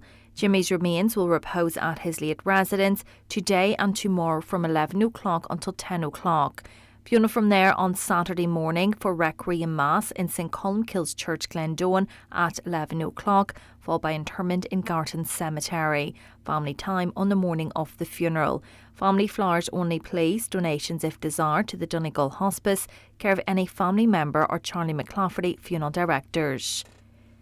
The death has occurred of Anne Kinsella, Church Road, Killybegs, County Donegal, reposing at McBurty's funeral home today from 2 o'clock until 5 o'clock, followed by removal to St Mary of the Visitation Church, Killybegs, for Rosary at 6 o'clock. Funeral Mass at 11 o'clock tomorrow morning, with burial afterwards in the local cemetery. Mass will be streamed live on mcnmedia.live. The death has occurred of Seamus O'Donnell, apartment 16, St Columba's Grove, Lifford, reposing at St Columba's Grove, Lifford today from 11 o'clock until 11 o'clock. House private on the morning of the funeral. Requiem Mass will be celebrated tomorrow morning at 11 o'clock in St Patrick's Church, Murlog, Lifford. Interment afterwards in the adjoining churchyard. The Mass can be viewed via the parish webcam. The death has taken place of Richard O'Donnell, 2 School Terrace, Glebe, Sion Mills. Funeral leaving Quigley's funeral home this evening at 6 o'clock, going to St Teresa's Church, Sion Mills. Requiem Mass tomorrow morning at 10 o'clock, followed by interment in the adjoining cemetery. The Requiem Mass can be viewed live via the parish webcam. The death has occurred of Charlie McDavid, Churchtown, Kilcar, reposing at his late residence. Removal from his home this evening to arrive at St Carth's Church, Kilcar for 7 o'clock. Funeral Mass tomorrow morning at 11 o'clock, with burial afterwards in the local cemetery. A one-way system will be in place with the entrance to the wake via the Coast Road and Upper Churchtown. A shuttle bus from the Ashland car park will also be in operation. The funeral mass can be viewed live on mcn.live. The death has taken place at Patrick Morgan, 50 Massanas Cottages, Creeslaw. His remains are reposing at his late residence. Funeral Mass in St Michael's Church, Creeslaw tomorrow morning at 11 o'clock, with burial afterwards in Doe Cemetery. The funeral mass can be viewed on mcn.live. Family time please from 10 o'clock to 11 o'clock and on the morning of the funeral. The death has taken place of Robert John Rolston, Moneymore Little, Newton Cunningham. Remains reposing at his home today from 12 noon. A one-way system is in operation with entry from the Galdana Road. Funeral leaving his home tomorrow afternoon at 12:30 for 1 o'clock service of Thanksgiving in Newton Cunningham Presbyterian Church, followed by burial in the adjoining graveyard. Family time please on the morning of the funeral. Family flowers only please. Donations in lieu if desired to the Irish Heart Foundation, care of Terence McClintock, funeral director. And the death has occurred of Noel Gallagher, Knocklatra, Eden Infa, Glenties. Requiem Mass at the Church of the Holy Family, Eden Infa, Glenties, this morning at 11 o'clock, with burial afterwards in the adjoining cemetery. House is strictly private please. For family information and more details regarding wakes and funerals, please visit highlandradio.com. Highland Radio. Yeah, we're good mates, yeah. Look, I'm always there for him, 100%, through thick and thin. And sure, he likes having me around. Anytime he's going out, I'll get the shout, you know. And someday, I'll probably kill him. Smoking isn't the friend you think it is. Quit for 28 days and start taking back control. Find out how at quit.ie or free phone 1800 201 203 from the HSE. You're very welcome back to the second hour of this Thursday's 9 till noon show. I hope you're all very well indeed. Thanks so much for all of your texts and what have you coming into the programme. I'm going to go through some of them now. Read the hospital, says a listener. I myself do volunteer charity work. Maybe some retired doctors, nurses and other hospital staff could volunteer to do hospital charity work. Would this help our hospital? Wouldn't this help our hospital a lot? But much of what we've been talking about this week is down to space as well. Hi Greg, just listening to Rosina, I'm not a bit surprised to hear that nothing has changed in the oncology, haematology, DSU. I worked there for 10 years and I'm retired 14, and it sounds like nothing has changed a bit in the last 25 years. The nurses and doctors are amazing and work in very difficult conditions. Thank you, Rosina, for speaking up on Highland Radio. You are 100% right in absolutely everything you say. I wish you, the people in Donegal, could be heard on this so important matter. Yes, you're right, with the absolute amazing staff that work there, but the facilities are just so awful. It's like a third world country. It's an absolute disgrace. Read the hospital, I myself do. I've just read that one, sorry, I beg your pardon. I agree with Rosina. It is a total disgrace, the amount of patients that have to head to Galway at 6 a.m. on a Monday morning to access treatment. We should have a facility here in Donegal. We need better links with Ballykelly and out in the Gelvin. That comes in from a Buncrana caller. Hi Greg, well done to that lady. Mayo has 100%, Donegal has 31%. What's the difference? Does Mayo Hospital have better politicians fighting on their behalf, or a better hospital manager, Greg? Where are our elected politicians? Oh yeah, they're up in the Dáil shouting about speaking rights while some of their constituents are fighting for their lives in Letterkenny Hospital. Interesting comment there. I agree 100% with Rosina. My husband has been going to that unit for 15 years And it's exactly the same now as it was back then. Most of the familiar staff have left or have taken early retirement due to stress. In the early years, my husband always saw the same doctor or consultant. Now he sees a different one every month he goes there and has to repeat his medical history to every new doctor. The nurses are amazing considering the conditions they're working in. These facilities are not sufficient and long overdue an upgrade. A caller says a brand new hospital is needed for the people of Donegal. I'm a 75-year-old woman from Carndonagh. I was told I would have to wait 2 hours for an ambulance. I sat in ED for hours and then I was sent home. Well done, Rosina. Thanks again, and to Highland Radio for highlighting this issue. The only problem that I can see with the hospital is bad management. The hospital have to fight for everything. It's time management changed, but would that change anything? That's the argument. Good on you, Rosina. You are just brilliant. We need more people like you. And we heard from Dorothy, and we heard from another caller who seem equally committed to changing something. Elephant in the room has to be wheeled out again. Where is all the tax money collected off the Irish people going? It's not spent on roads, hospital, etc. Doge, that's the Elon Musk's thing, is required in Ireland, says that listener. Back to traffic here. Morning, Greg. I appreciate that there are works that need to be done on the 4 lanes, but could they not wait until 9:30 to put out cones? Traffic tailed back up to Convoy Road Junction now. I'm biting my tongue on this one, to be honest with you, because as I say, back when the road, they were just putting the centre section in and the trees just went in, and I can't remember exactly the caller I was speaking to, but I remember asking him, what happens now to if the trees need cutting? What happens if grass needs cutting? And here we are at peak traffic volume levels, that the road is down to 1 lane to maintain the stuff that was planted there. A little later in the day might have been helpful, and I'm sure the people down there have just been sent down there to do it. It's not their fault, but we might just inquire as to what's happening and the timing of it, why the timing of it. Hi there, I'm on my way into Letterkenny here, and the traffic is backed out the Ramelton Road to the top of Lisnanen.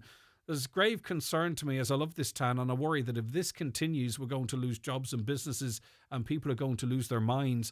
I know we have a long-term plan, but surely there is several other smaller ideas that could be done sooner to help us have a better day. That comes in from a concerned resident there.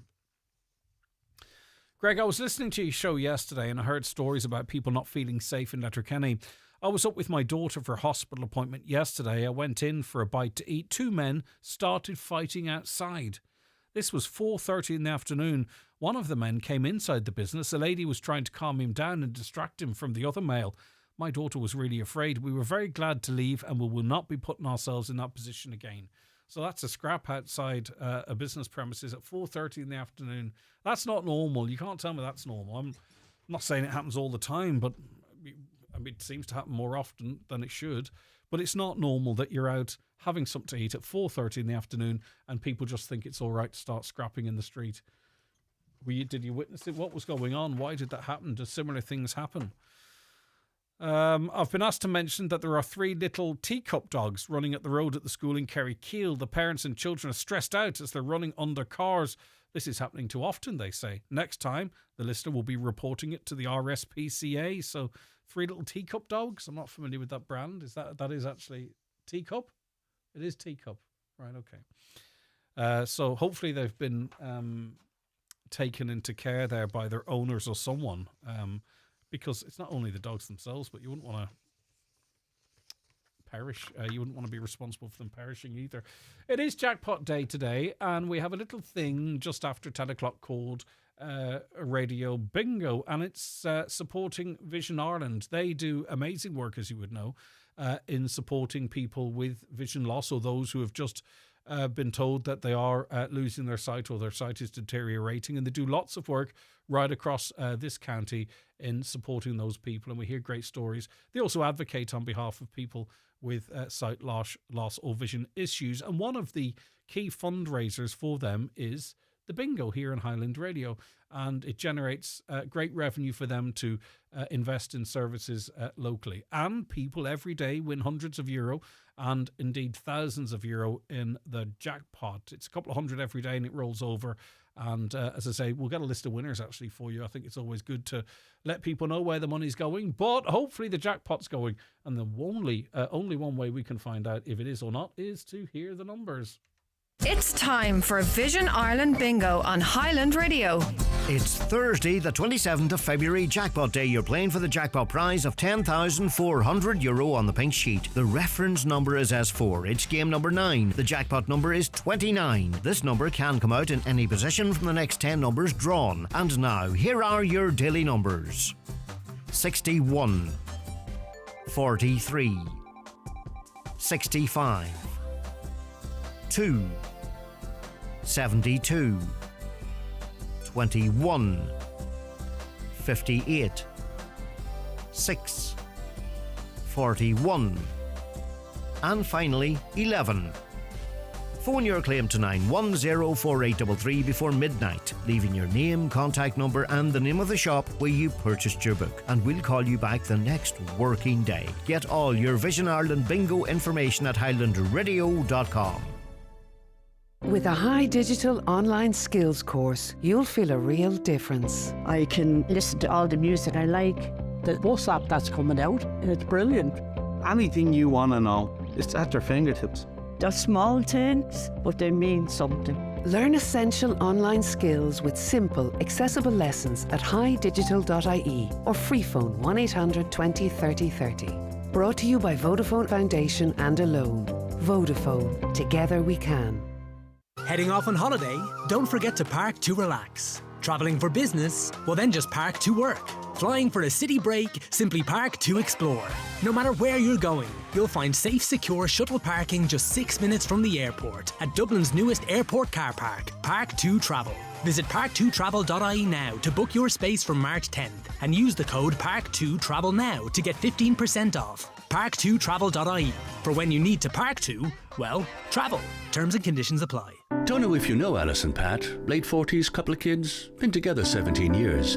Never married, of course, but that's not a problem. Until something happens, and suddenly words like unmarried, inheritance, and substantial tax bill enter the equation. You never need proper estate planning.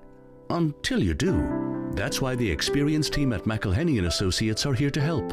Find us online or call 074 917 5989. McElhenney & Associates Solicitors, Stranola.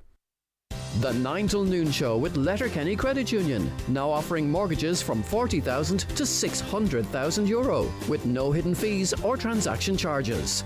Letterkenny Credit Union, 9102127. And you're very welcome back to the programme. Keep your calls and comments coming into us, please. I'll just remind you of the WhatsApp and text number 08660 25,000, or give us a call on 074 91 25,000. Right, okay, the government's come up with another proposal on speaking rights in the Dáil. They say that the business of the Dáil needs to be scheduled so it respects the mandate of each and every TD elected to it. They say a modern parliament is not necessarily made up of government and opposition members, and there are members who can't readily be categorised as such. They also, the provision they're proposing relates to the independent TDs who are supporting the government but are not either ministers or ministers of state. And the government plan says that if there are at least 5 such members, then they can have representation on the Dáil Business Committee, and more controversially, the right to question the Taoiseach in the Dáil. The opposition as a whole, for the most part, very opposed to this. The Sinn Féin Chief Whip is Deputy Padraig McLaughlin, who joins us now. Good morning to you, Deputy. Thank you for your time. Good morning, Greg. You're just out of a meeting. Is it a meeting of the opposition that you've just come out of, or what was who are you meeting? Yeah, thanks, Greg. So we had a meeting of the opposition leaders and whips there this morning on the back of what happened last night, and your listeners will probably be aware of this whole story. This is about Michael Lowry, who boasted that he had assembled a group of independents. They had negotiated a programme for government. They have got ministers. They've got 5 ministers in government. They've got a Ceann Comhairle that they secured. And he stood outside the Dáil with his team of independents, and he said that we will support the government in the good days and the bad. The programme for government says it's an agreement between Fianna Fáil, Fine Gael and independents, so they're government TDs. But what they wanted to do was pull a stroke and get Michael Lowry into the opposition and his team, and to ask questions at leaders' questions. And then there's also priority questions that are put to ministers. And we stood up to it. We stood our ground. Then the Can Quarter got independent legal advice. And of course, the independent legal advice told us, what the rest of the country knew, that these are not opposition TDs. They can't form an opposition group. They are government TDs. And we thought that was the end of the matter. And obviously, remember Michael Lowry said he was going to do a statement to the Dáil, that he was going to refute what Pierce Doherty had read out in the Dáil. We've no sign of his statement. He's gone to ground, gone quiet. And it's very clear now that Micheál Martin and Michael Lowry have done another deal. Stay quiet, Michael Lowry, stay off the scene, and we'll get this over the line. So they came in last night. We spent over 3 hours last night. When I say we, members of this reform committee, Dáil Reform, we're TDs, whips, representing our party. Spent over 3 hours trying to genuinely resolve the issues. That's what we thought we were there to do. And then in a moment of time into the meeting, the Can Quarter said, why don't we come back next week and draft where we're at? Let's just take stock of where we're at, come back next week. And at that point, what we suspected happened, the government chief whip put forward a vote, a proposal for a vote on so Michael Lowry and his independents will be stuck into the opposition. And they had, just to clarify for the listeners, they had a built-in majority to ensure that once that vote was called, it would be passed, and it was indeed passed 10-8. And their proposition was as I outlined. Now, does this... I know you're completely opposed to this proposal, but does it encroach on opposition time? In other words, or does it encroach on government time, or is this additional time that's being set out for this new designation of TD? Well, for the listeners' benefit, the way the Dáil is set up, it sits on a Tuesday, Wednesday, and a Thursday, and most of the time is actually government time. So the government set the schedule. They have their legislation and statements, so it's government time. The opposition have what's called private members' time, 2 hours on a Tuesday and 2 hours on a Wednesday. That's it. And then we have leaders' questions and then the priority questions. That's been the case for election after election, Dáil after Dáil. And what the government are looking to do now, and Micheál Martin doesn't like this, he wasn't interested in a government with Sinn Féin. He wasn't interested in a government with Labour or Social Democrats. He was absolutely hell-bent on doing a deal with Michael Lowry. And then what he wants to do now is put Michael Lowry, who is a government TD, back into the opposition to ask leaders questions. Everybody knows at home it's the opposition that asks leaders questions. And why are you so opposed to that? Do you believe that, if he wants to ask those questions, he can just walk into the office? Are you exactly? That's effective. You're saying that exactly. this is TD. Right. Yeah, exactly. Can you imagine if you have leaders questions and you have Mary Lou MacDonald and then you have Ivana Bacik or Holly Cairns or Richard Boyd Barrett or Michael Collins? They're the genuine opposition. 75 TDs totally united in opposition to this, and that they would stand up, and then the next thing Michael Lowry would stand up and say, Taoiseach, tell me why you are so good at your job. Well, we see that in Britain. You do see that in the House. You do see that in the House of Commons. So you would be clear that there's only two classification of TDs: opposition or government. Well, you see, in the previous Dáil, you had one or two. There's always one or two TDs, maybe somebody who's left a political party but doesn't want to be described as a member of the opposition. You always made speaking time available for them. There's never, I'm going to give you an example. The 6 TDs who are in this group, the Lowry group, those 6 TDs do not have status as a group now. They don't get to ask leaders questions, right? But in terms of overall speaking, proportionally, those 6 TDs have had more time than Sinn Féin TDs in the last 3 or 4 weeks. So they have not been silenced. They've spoke more than Sinn Féin TDs. Nobody's looking to silence anybody. The issue is you're in the opposition or you're in the government. If you're 1 or 2 TDs that don't want to be an Ivor, you'll always get speaking time in the Dáil. Nobody would ever silence a TD who represents their constituents. It will never happen in the Dáil. This was a very important issue for the public, and I think people didn't realise that, those that were involved in this story. I think the public has moved on a little bit, and we were talking whilst you were in this meeting today about cancer services at Letterkenny University Hospital, and I'm starting to see the texts coming through that they really need to be focusing on that stuff, right? Not about speaking time in the Dáil. So the public want this out of the way now. And I'll ask what your proposals are, but I want to ask one other question first. Why do you believe the government is so committed to this, given the fact that generally speaking, the public, and I think of all political persuasions, don't agree with it, but also B, kind of want to move forward. So what do you think the motivation for potentially not dying on this hill, but certainly taking the flak on this hill? Yeah, well, the first question is it's straightforward. Micheál Martin has done a deal with Michael Lowry, and he's hell bent on keeping everybody else out. He wants to go into government with Fine Gael and Michael Lowry to make up the numbers. That's the deal, and it doesn't matter. Somebody described it like Donald Trump type maneuvers from Micheál Martin, and that's exactly what it is. So that's what's happened here. But your other question is really important. Every Tuesday morning, first thing, I drive to Dublin, and the main thing in my mind is what's the needs of my constituents this week.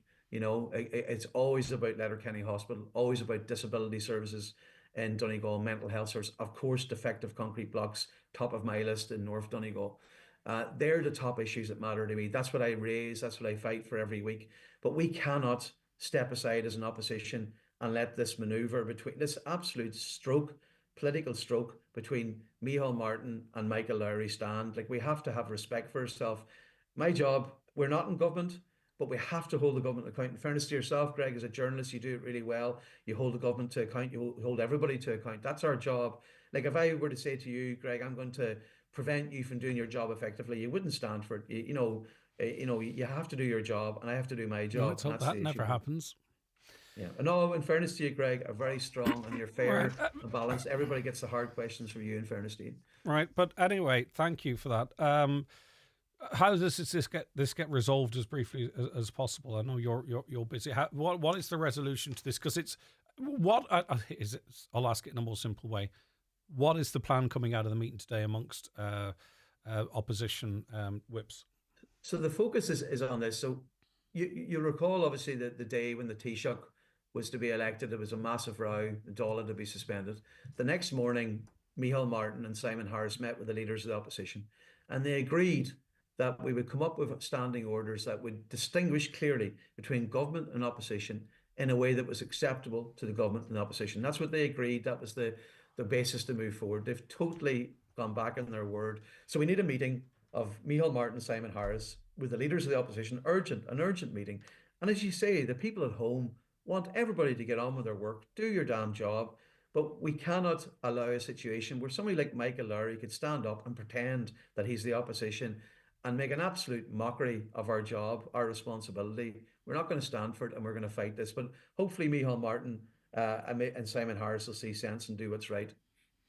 All right, listen, thank you very much for your time. I do appreciate it. Actually, before I let you go briefly, your party's decision not to travel to Washington, do you support that? Why was that decision made? Yeah, I do support it. I think the statements from Donald Trump about clearing millions of people from their homeland in Gaza, this is a refugee population. This is a population where 70% of their homes, schools, hospitals, communities has been destroyed in total defiance of international law. There's a point where you have to make a stand. Just in relation to that, last year, Michelle O'Neill and Marilyn McDonald met Joe Biden.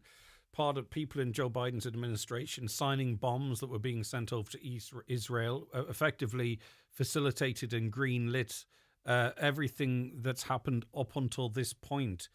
Are you sure it's about that? Why not take a stand last year and this year? Or is it about really maybe,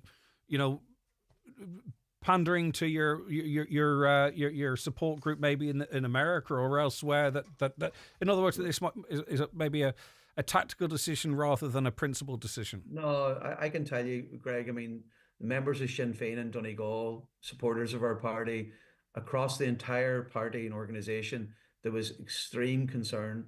And by the way, last year, this was an extremely difficult issue for us last year to deal with. And at that stage, obviously there was huge concerns about Joe Biden's government and how obviously they were providing the weaponry and the financial resources to Israel. They've always done that right through history. By the way, every president in the United States unfortunately has done that. So last year was a very difficult decision, but this year there's just no way you could. I understand the language, right, of what Donald Trump's saying. This was the actions of Biden, and I think in the North, the SDLP did take a principled stand and didn't go to the White House, right? So words is what you're making this decision on based on what Donald Trump has said. Last year, it was actually actions. It was the actions of the Biden administration, or the inaction, that allowed for Gaza to be flattened, for tens of thousands of innocent women and children to be destroyed. And that wasn't enough, but the words of Donald Trump this year is enough. Personally, trying to look at it objectively, I would struggle with that reasoning or rationale. Well, I mean, where we were at last year was months into the conflict, and there was a hope. Like, nobody had said, for example, the two-state solution, efforts to resolve the issue everything that we've done for years is based on the right of Israel and Palestine to stand side by side, freedom for the Palestinian people, independence to the Palestinian people. So I have to say, I have massive criticism and problems and issues with how Joe Biden, I think he utterly failed in his responsibilities as president in relation to all of this. Particularly then right through last year, not just obviously around St. Patrick's Day, right through last year. But what Trump has done is a whole different level. He has thrown the two-state solution. He has literally thrown the Palestinian people. But what an opportunity! What an opportunity when justice is thrown under the bus. And that's what he plans to do. But what an opportunity to go over and lobby him to say and to make the argument that he shouldn't do this. As I say, he's expressing an intention. It was okay to shake hands with Joe Biden when he was actually facilitating it and sending the bombs over, and the Egypt's standing around signing these bombs that were to destroy people in Gaza. Yeah, and these are important questions. And just to be clear, the only person who represents Ireland on St. Patrick's Day is the Taoiseach of the day, okay? The only person who actually meets with the president is the Taoiseach of the day. Now, Sinn Féin isn't calling on the Taoiseach not to go. We're saying that the Taoiseach, who has that unique opportunity to actually meet the president, you talked about shaking hands, to meet physically, shake hands, have the conversation, is the Taoiseach. And we're saying the Taoiseach should go, and the Taoiseach should avail of that unique opportunity to make clear the view of the Irish people that the United States would stay with international law in terms of the two-state solution, and our just revulsion at the handling of this by the United States. That's the view of the Irish people. So we're not saying the Taoiseach shouldn't go. We don't get that opportunity. What we do is we be present, as I understand it, around the White House, and we're not going to do that this year. All right. Thank you very much for that. I appreciate your time this morning. Generous with it. That's the Sinn Féin Chief Whip, Deputy Padraig McLaughlin. Any views on anything we discussed there? 086 60 25,000. A caller says Porg is 100% right. What the government is doing is a joke. Another, we need to get Martin and Larry out. General election round 2. Let's go. Let's see what the public think of this absolute crock of crap. Okay, well, you had a chance there this year, and the public spoke. Well, I suppose they did speak, because Fianna Fáil got 20%, Fine Gael got 20%, Sinn Féin got 20%, but people in their knowledge voted knowing that Fianna Fáil and Fine Gael were going to go back into government. So 4 out of 10 people that did vote, this is exactly what they voted for, and you have to respect that democratic wish of the people. The 9 till noon show with Letterkenny Credit Union. Simplify your debts with a debt consolidation loan from Letterkenny Credit Union. Call us on 074 910 2126 or apply online via our app or in office today. Looking for the perfect night's sleep? You won't want to miss Mattress Madness at Easy Living Furniture. We're offering an incredible guaranteed 20% off and up to 30% off on every single mattress, meaning no terms, no conditions and no exclusions. The savings don't stop there. Purchase any mattress and get 15% off your bed frame. And to make your life even easier, we'll remove and dispose of your old mattress completely free. Visit Easy Living Furniture, Crescent Link Retail Park, Derry, Londonderry. Get the job done with Parkside from Lidl, in store from March 1st. Under pressure to clean the drive, our Parkside Performance Pressure Washer is €50 off, now $199.99. And grab hold of our Parkside Petrol Chainsaw, now €20 off, just $59.99. Over 18s only. Parkside from Lidl, you got this.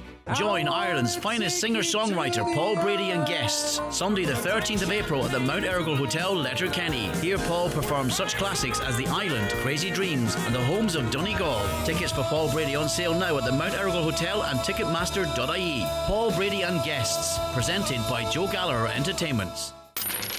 Bridgend Bureau de Change is now open at Rafferty Circle K Bridgend for all your euro, sterling and dollars. Contact Bridgend Bureau de Change at Rafferty Circle K Bridgend. Planning a wedding or caravan fees to pay? Call into Rafferty Circle K Bridgend for all your currency needs. Bridgend Bureau de Change, the #1 Bureau de Change in County Donegal. Authorised and regulated by the Central Bank of Ireland. Irwin Expert Electrical, your trusted destination for all things home appliances, electrical and entertainment in the Northwest. With over 50 years of leading the way, we pride ourselves on offering a diverse range of products under one roof. From top brands like LG, Samsung, Cooker, Bosch, Apple and more, take advantage of our free layaway service where you can store your new items until you're ready for them. Perfect for renovations and new build projects. Visit Irwin Expert Electrical today in Letterkenny or Buncrana. It's the holiday of a lifetime. Highland in the Sun 2025. This September 14th to the 21st, we go back to the stunning 4-star Sol Costa Gerada Hotel Saloon for 7 nights dinner, bed and breakfast and lots of great entertainment with some of your favourite acts in Irish country music. Don't delay and book today by contacting Country Music Tours on 074 9119 955 or email info@countrymusictours.ie. Don't miss out on the holiday of a lifetime.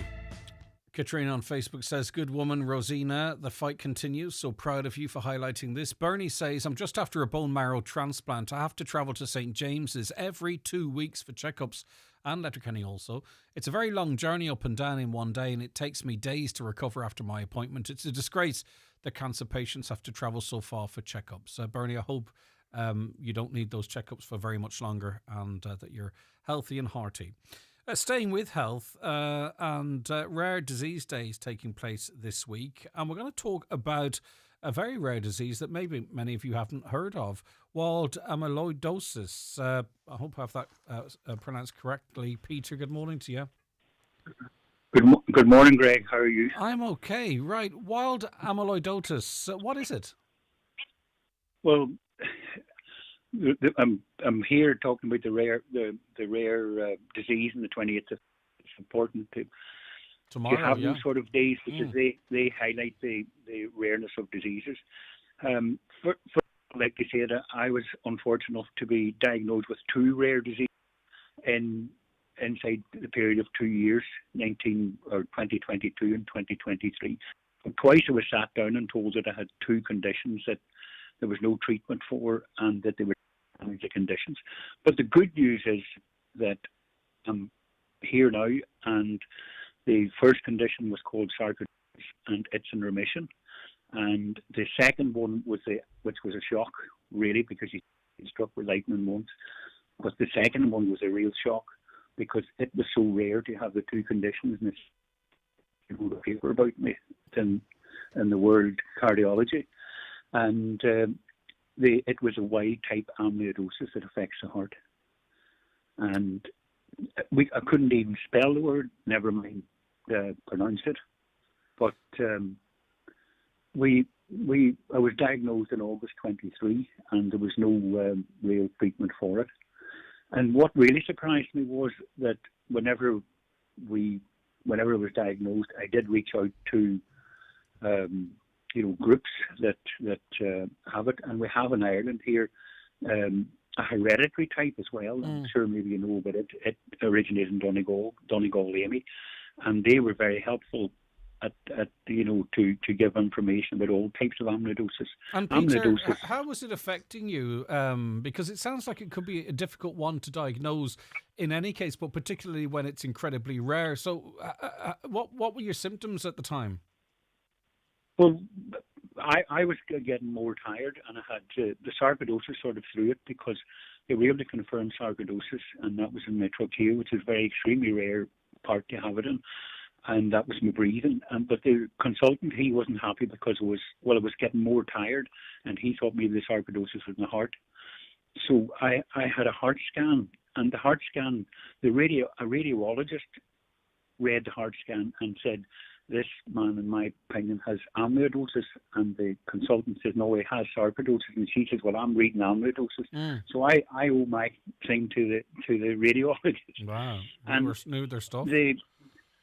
So she knew her stuff, and I was extremely lucky because if that had have continued on, the cardiologist, diagnosing cardiologist, said that someday I'd have been doing something strenuous and I would have keeled over, and they would have said you had a heart attack, and that would have been it. And it's not just your heart that it affects either, Peter, or that it can affect either. Whilst it was diagnosed in your heart by that eagle-eyed consultant, it does affect other parts of the body as well.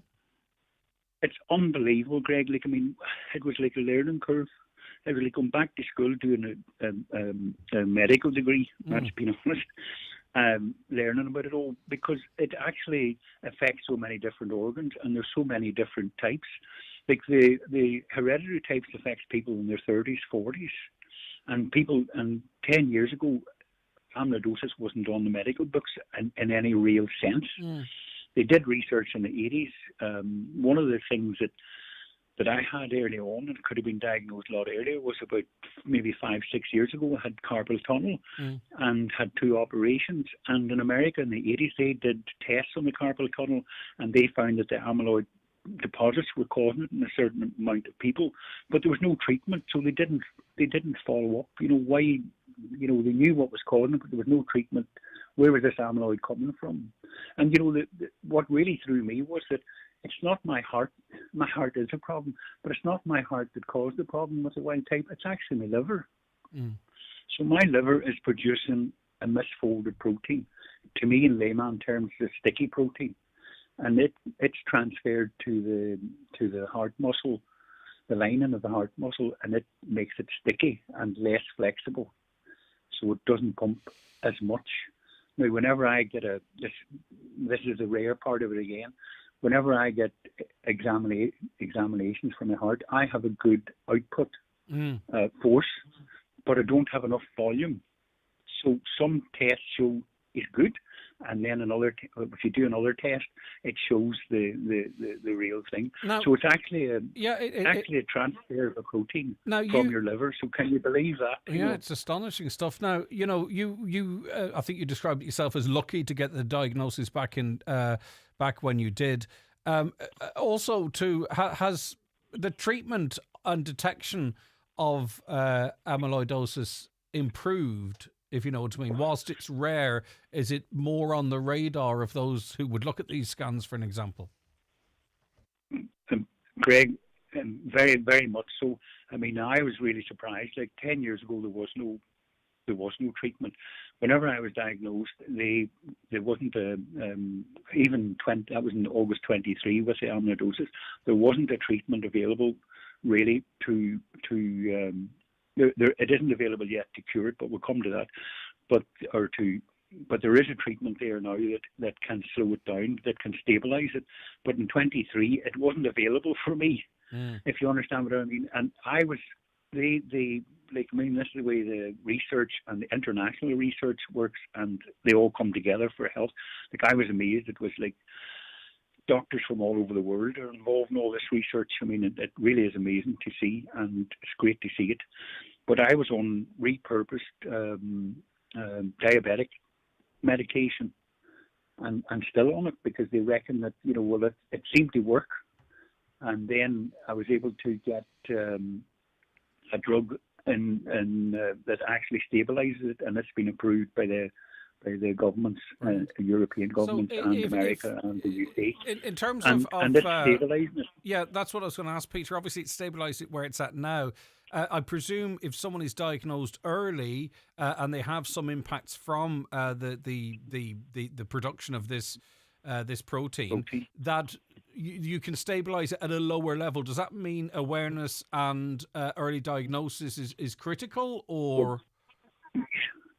Yeah, I think what the problem at the moment is that it's rare because it's undiagnosed. I think more people have it than realised. It's a bit hard to detect, and it mimics other conditions. So you might have a kidney problem, and they think it's kidney. I can't think what would cause kidney problem, but if they don't test for amyloid, and they have to do it's Congo red stain thing, and it shows up, but it costs more money. It takes a bit more time, and sometimes it's not considered necessary. But I think that it is necessary because if mine was detected whenever I had 6 years earlier, whenever the carpal tunnel operations were done, the guy would have a far better outcome. My heart wouldn't be as damaged as it is. Mm-hmm. You know, it's like someone with a car engine, you know, and you have 4 cylinders, and I only have 2 going. Well, you wouldn't take her for a run to Belfast or Dublin. No, for sure. And but if it had been, there's no doubt too, awareness was increased. I believe the late Martin McGuinness had the hereditary version of this, the Donegal version, but it did open up the conversation about this rare disease, didn't it? Well, that was whenever I was told that amyloidosis. You know, that was my first thought. You know, that of the only person I knew with it was Martin McGuinness, and he had died. You know, I mean, and I thought, well, that's it. But I mean, the doctor immediately, you know, the diagnosing cardiologist, he says, but we have medication that we're going to try. He said, we don't have a cure, but we're going to try this medication until this new. They knew the new drugs were under test, and they knew but they weren't approved just yet, and they knew that they were coming. And that's the good thing about it, is that if you could get it diagnosed, there is treatment now. And there's treatment there available, and there's the new CRISPR trials. You know, the cutting the DNA. That's already on trials, and they're actually finding already that it's 98% of the amyloid proteins are being removed from organs. But the possibility of that really being introduced as a treatment is still some time away. The trial process is ongoing, isn't it? The trial process isn't going, but they hope to have the trials completed by 2028. I was reading recently, and I could be wrong on that. You know, that's me being optimistic. But, you know, it's there, and I mean, it's amazing to see the cooperation between all the scientists all around the world trying to get answers to drug treatment. So some of the signs and symptoms of amyloidosis may include, and there's crossover stuff here, but it's good to have the knowledge in case someone wants to raise it with their GP. Severe fatigue and weakness, shortness of breath, numbness, tingling or pain in the hands or feet, swelling of the ankles and legs, diarrhea, possibly with blood or constipation, an enlarged tongue, which sometimes looks rippled around its edges, skin changes such as thickening or easy bruising, and purplish patches around the eyes. And the thing is though, you know, unless this is spotted, it can cause irritable bowel syndrome, and someone could be treated for irritable bowel syndrome, but it wouldn't be getting to the root cause of potentially amyloidosis, which could be the cause of the irritable bowel syndrome. So people have to advocate on behalf of themselves too and make sure they're checked for everything, I think, Peter. Well, I think that's the most important thing, is that people need to be aware, and I think it's great that the Rare Disease Day is highlighted. And then there's also the international conference, would you believe, being held in Derry between the 13th and the 15th of June for amyloidosis, and there's international speakers coming. Right. And that's an effect of trying to get healthcare workers, nurses that can come to it, any patients can come to it, people that are interested can come to it, and that's to raise awareness of it as well. You know, that, for sure, and I'm sure we'll be speaking in advance of that too. Peter, is the norm. Yeah, Peter, I have to wrap it up here, but it is tomorrow, which is Rare Diseases Day, and the thing that's interesting about it is that whilst I'm speaking to individuals like you, Peter, who are one of few with the conditions that you have, there are tens of thousands of people around the country with rare diseases, so they all have different diseases, right? But if you were to collate or categorize them all together, it's a big proportion of the population that is affected by rare diseases, albeit different ones. And I think that's why these conversations and days like tomorrow are so important, Peter. Well, I think it's knowledge. Knowledge is the answer to it, to dealing with these conditions and diseases. And I think that if we don't have the knowledge, you know, and don't share the knowledge, and this is why I say it's most important for the international community to be involved in this, you know, research, and they do work together. And, you know, like in 1800, there was a famous person says that the way to cure is diagnosis. Mm-hmm. I can't remember the guy's name, but and that was in 1800s, he says that. And that's what you must highlight that there is a possibility. Try and get the doctors or the clinicians to test for it, and then they do find a treatment, or they do find a possibility. Like the first treatment that I had for amyloidosis is a repurposed diabetic drug, and who thought of that? It seems to work. If you understand what I mean. I do. Yeah. It's not a cure, but that was a blessing. If I had, the cardiologist said that if I hadn't been diagnosed in a very short time, I would have had a heart attack, and that would have been it. And I'm still here. And I'm glad you are. And I'm glad I've been able to speak to you. Yeah, and you have done a great job in getting that message out, Peter, and I really do appreciate your time today. And as I say, I'm sure we actually will be speaking to someone ahead of that conference in June. But I think it's very important, for people that are diagnosed. Like I was hit twice with it, sat down by a cardiologist or by specialist and saying, look, you have a very rare condition. There's no cure, but there is some management. And then to find out, that as we go along, that there is trials and there is a possibility, and it is able to try and contain. So I'd say to people with rare illnesses, get speaking to your doctors, try and find out much about yourself, and you have all these different groups that you can belong to, and the international information is there. It's just finding it and trying to find what suits you. Not all those. There's so much types of amyloidosis, but they're not all the same. Like you have blood amyloidosis, you have bone amyloidosis, you have bowel amyloidosis, it's actually discovered now that there's actually the amyloid protein affecting some of the Alzheimer's. So it's actually it's in the brain as well. Yeah. So these are all new things. So it's important to find out and try and advocate for yourself. For sure, because that's what we have to do. Okay. And learn from the groups, and it's through radio stations like yourself that really helps. Great. So thanks very much. Well, we couldn't do it without you, Peter. Thank you. Glad to hear that things seem to be under control, and fingers crossed for future developments in relation to that rare disease, wild amyloidosis, but also obviously other rare diseases, which people are.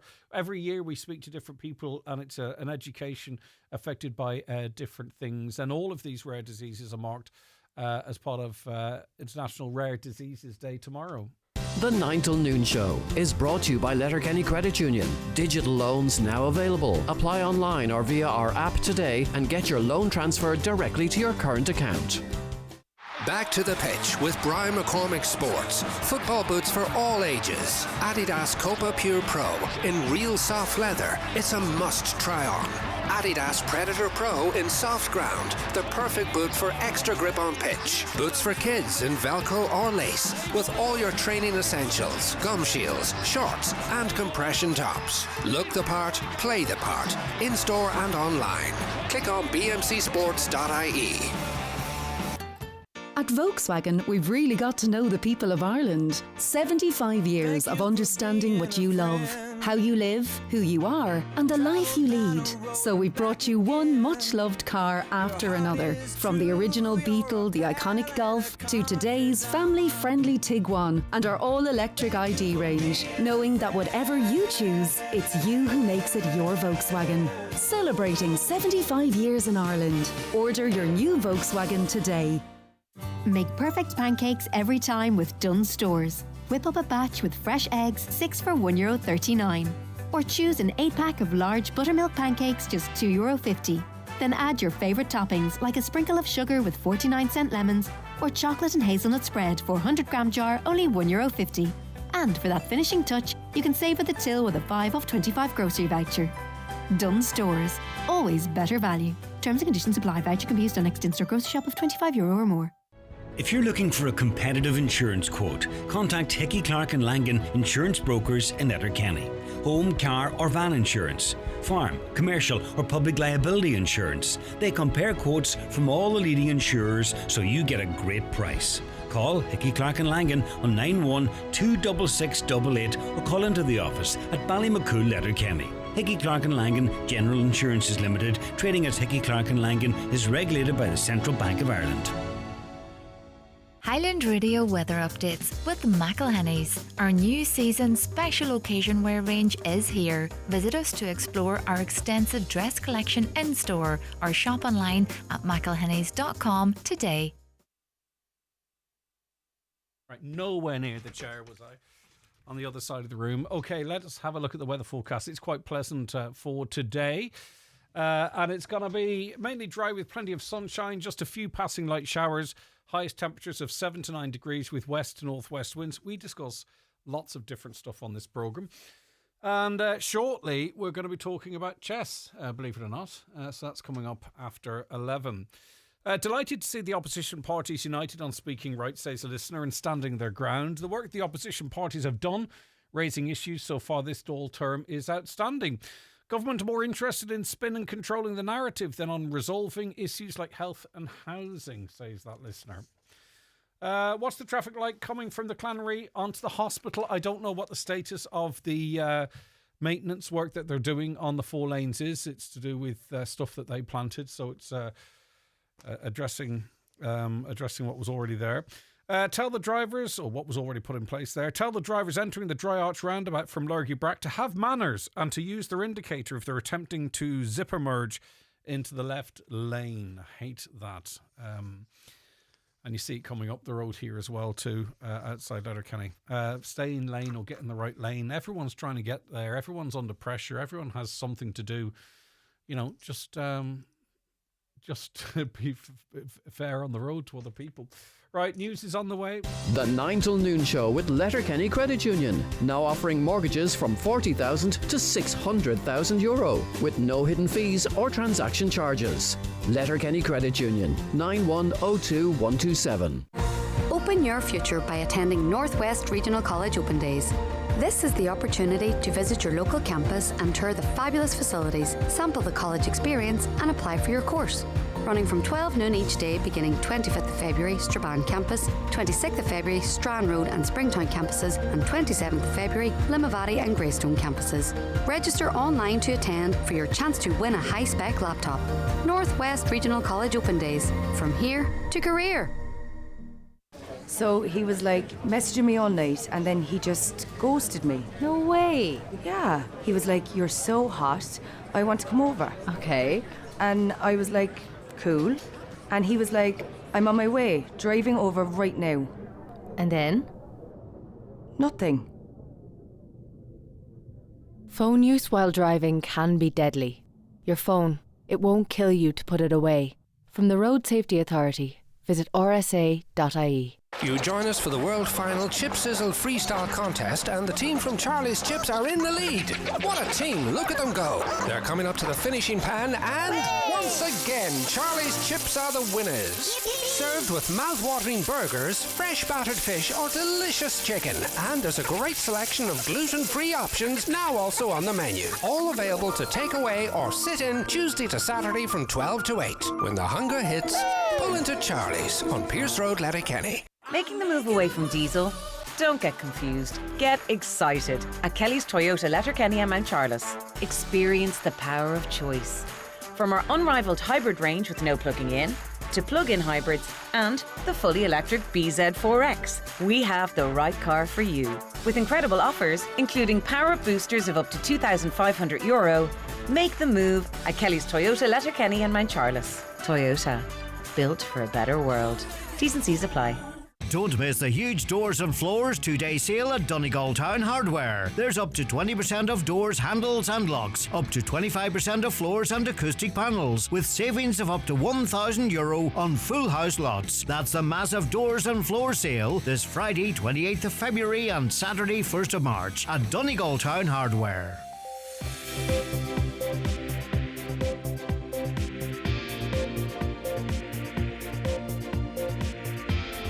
The county's #1 talk show, the 9 till noon show on Highland Radio.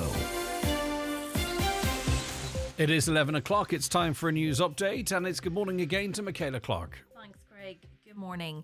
Ukrainian President Volodymyr Zelensky will make a brief visit to Ireland today. He's due to meet Taoiseach Micheál Martin in Shannon. It comes as the Ukrainian president heads to Washington to meet US President Donald Trump. A Donegal deputy says he hopes the Taoiseach and Taoiseach will see sense in the ongoing row over speaking time for regional independence in the Dáil. Opposition leaders met this morning to decide on a collective response after the Dáil Reform Committee last night passed a government proposal to resolve the long-running dispute by 10 votes to 8. Donegal Deputy Padraig McLaughlin, who is Sinn Féin's chief whip in the Dáil, is seeking an urgent meeting with both Micheál Martin and Simon Harris. A 100% redress councillor fears history is repeating itself with the new housing minister. Councillor Joy Beard has hit out after a campaign group representing the owners of defective apartments met with Minister James Brown yesterday, during which he committed to ensure a full remediation scheme will be up and running as soon as possible. Councillor Beard claims she has made numerous representations to meet with Minister Brown, but to date has not received a response. There's calls for a new Cancer Day Services unit to be delivered for Letterkenny University Hospital. It's after it was revealed earlier this week that just 31% of newly diagnosed cancer patients at the hospital begin treatment within the recommended timeframe of 15 working days. Donegal Cancer Services campaigner Rosina Toner says a bigger unit is needed at the hospital as a matter of urgency to facilitate treatment. A man has been hospitalised after being attacked by masked men in Derry. Shortly after 11:20 last night, the men, armed with weapons, including a crowbar, entered a house in the Fern Park area and assaulted the occupant. He sustained injuries to his head and hand. A man arrested in Strabane in connection with the seizure of drugs is due in court today. The 42-year-old has been charged with a number of offences, including possession of a Class A, B and C controlled drug, cultivating cannabis, possession of a Class A drug with intent to supply, and fraud. It follows the search of a property in the town on Tuesday. And a burst water main is affecting parts of South Inishowen today. Uisce Éireann say repairs may cause supply disruptions to Buncrana, Trillig, Grantia Upper, Grantia Lower and surrounding areas. Those are the latest headlines. We'll be back with an update again at 12 noon. Thank you very much indeed, Michaela. We'll be back with more very shortly.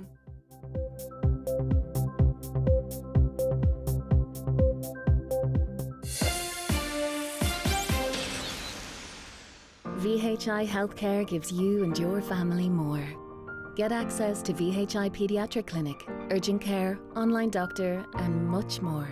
Search VHI today and get 25% off kids on a range of plans.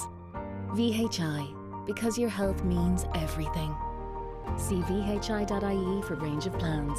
VHI Healthcare DAC trading as VHI Healthcare is regulated by the Central Bank of Ireland and is tied to VHI Insurance DAC for health insurance in Ireland. All right, some more of your comments coming in here. Our Taoiseach, says a listener, showed total lack of respect for the Dáil yesterday, told by the Camcorla to stop behaving like a child. He has forgotten about running the country, more interested in travelling to meetings in Europe, claims that listener. Bus stop at Letterkenny is causing an obstruction. They should only be allowed to pick up and drop off. I've seen a bus parking there for quite some time, and as a result, other buses couldn't access the bus stop and it became blocked. Caller says, I got cancer 3 years ago. I'm supposed to be getting seen every 3 months. My last appointment has been the 15th of September. I phoned to ask when I'd be seen, but there are no outpatients happening at the moment. This isn't like a cold. We have cancer. Keep them coming into us. We'll get through them as the morning progresses, of course. Okay, we're joined in studio now by members of the Letterkenny Chess Club. Maybe you didn't know one existed. Well, it does. And we have Noel Leslie, who's chair of the Letterkenny Chess Club. Hi, Noel. Hi, Greg. Good to have you with us. How are you keeping? Thank you very, very much for offering us this opportunity to get the message out. Okay. Who else do we have with us? We have a number of other guests. Trina is a member of Letterkenny Chess Club as well. Good morning, Trina. How are you keeping? Yeah, good. Yeah, good stuff. All right. And also Danilo, member of Letterkenny Chess Club. Hi, Danilo. Hello, Greg. Just Danny. Would be easier for everybody. Who? Just Danny. I thought I was doing well with Danilo. It should be all right. Hello, Danny. All right. Thanks for having us. We'll do whatever you prefer. That's all right. Noel, how long has the chess club been in existence? Well, we started the chess club initially in 2018 on a very informal basis, but we had about 40 people. We collected about 40 over the initial 6 or 7 months. And of course, then COVID-19 struck and everything ground to a halt at COVID-19. So we re-established it last year, roughly 12 months ago. We have a full constitution. We are affiliated to the Irish Chess Union and to the Ulster Chess Union. And we meet every Wednesday from 5 o'clock to 9 o'clock down in the community centre, in the adult education place there, the second prefab furthest from the door of the community centre. We provide all the equipment, boards, sets, the lot, and we have at the moment about 50 members signed up with us. And of course, we're looking for new members, new fresh blood. It's something different for people to do. It's not calling free environment, I presume. There's always going to be a social element of being involved in a social activity. So there's lots of pros. Well, the pros we feel are number one, that it offers another leisure activity, and leisure is an increasing part of our lives. It's a very healthy activity because it builds lots of new skills. It breaks down social barriers, so it helps with social integration, and we are a multicultural society now. And we actually have a balance of roughly 40% female, 60% male, 50% national, 50% non-national. Interesting. So we have a great some mix. interesting diversity there. Okay, Yes. I'll come back to you, Trina. How did you get involved? I just kind of had an interest over the years in maybe getting to learn how to play, but I never found a teacher. And then last year before summer, I was in the library and I just happened to look at the notice board, and there was an advertisement up for the chess club here in town. So I was surprised that there was a chess club in town. Yeah, because there's a lot of people going to be listening, hearing this for the first time today, right? Yeah. That weren't aware of it. And so you couldn't play chess, or maybe you had the basics, because there's been able to, I presume, identify the pieces and their basic moves, right? And and check and checkmate and all this kind of stuff, right? But did you have that knowledge, and then you sort of went into a different level, or did you come with no knowledge at all? Basically hardly any knowledge at all. I had an idea what the pieces looked like, but I didn't, when I started last summer, I didn't know how they moved, the different pieces moved. So I was very new to the all right. And how good are you now? I can play a game, you know. Can hold your own. Okay. Danilo, you're originally from Ukraine, living here now. Have you played chess all your life, or a relatively new adapter? I've been playing chess since I was a kid, so I can say that my dad, he taught me to play chess, and I was playing a lot during the school time, but kind of stopped playing during the university. But when I came to Ireland, I was looking for some activities, as Noel said, something useful, and to make some socialization and communication. And I found the Letterkenny Chess Club, so I'm playing a lot, online, not a lot, but once, 2 times a week, plus sometimes online. Yeah, but it's like everything, right? Online is there. You can play online Scrabble. You can play lots of stuff online. But there's a big difference then when you play with someone in situ.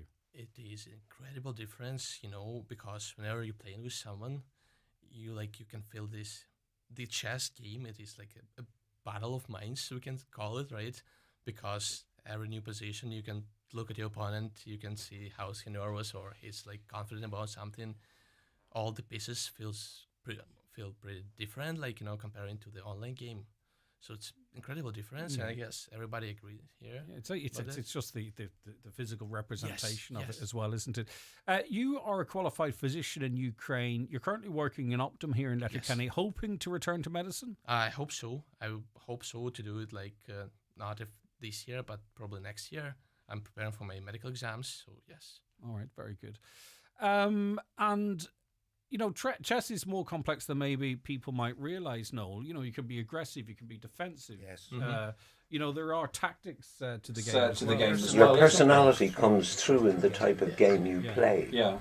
And the more defensive-minded person will pick methods of play, opening strategies and so on, which reflect their personality. Then the more aggressive person, who likes conflict and likes to get into the battle, they will pick different types of openings. So you have this, as Danilo said, it's personalities meeting over these 64 squares. And even though there are 64 squares and 32 pieces on the board to begin with, there are an awful lot of an infinite amount of outcomes from that. Isn't it good, Danilo?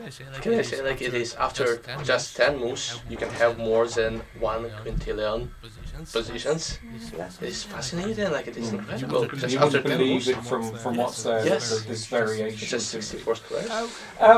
In terms of Trina, from your perspective, has there been any other benefits to it? I suppose obviously, and I don't mean just meeting people or playing chess, but even in yourself, as it's or maybe it's just a bit of fun. It is fun, like, just to say, like, over the years I might have looked at chess and thought that's complicated and maybe boring, but it's the opposite now. I know how to play. It's fun and interesting. I remember when I was growing up, chess was sort of seen as like drafts was the poor man's chess or something like that. There, I remember there seemed to be some sort of a. It was almost like there was a class structure of what you'd be capable of playing, but that's a load of nonsense, isn't it? No.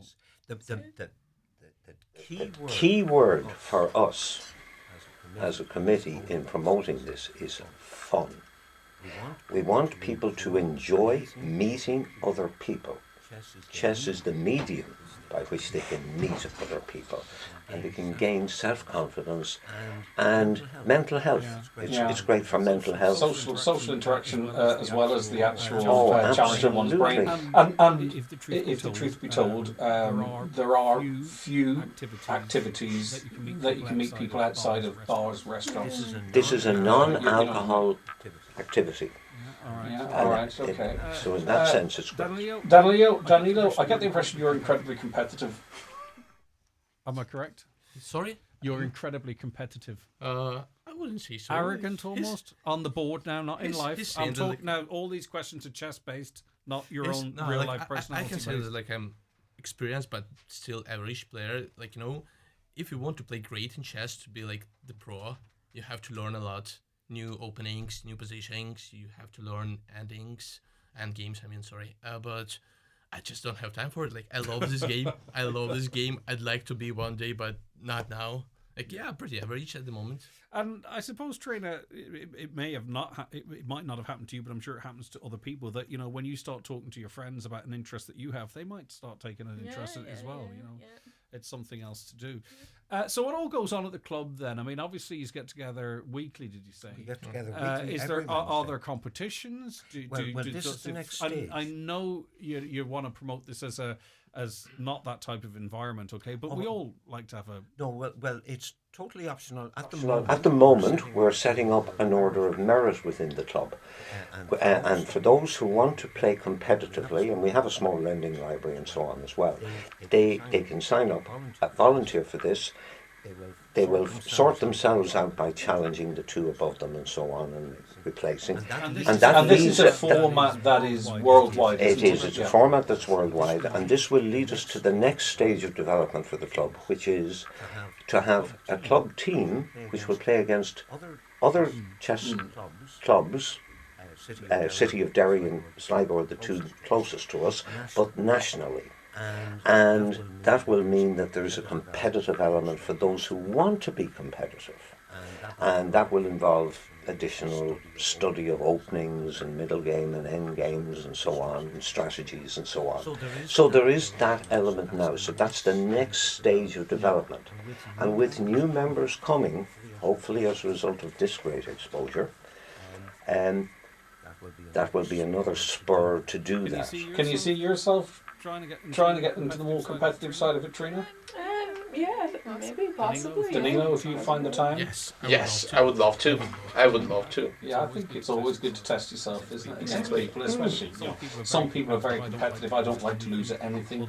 Other people, they're in it for to participate, which is grand.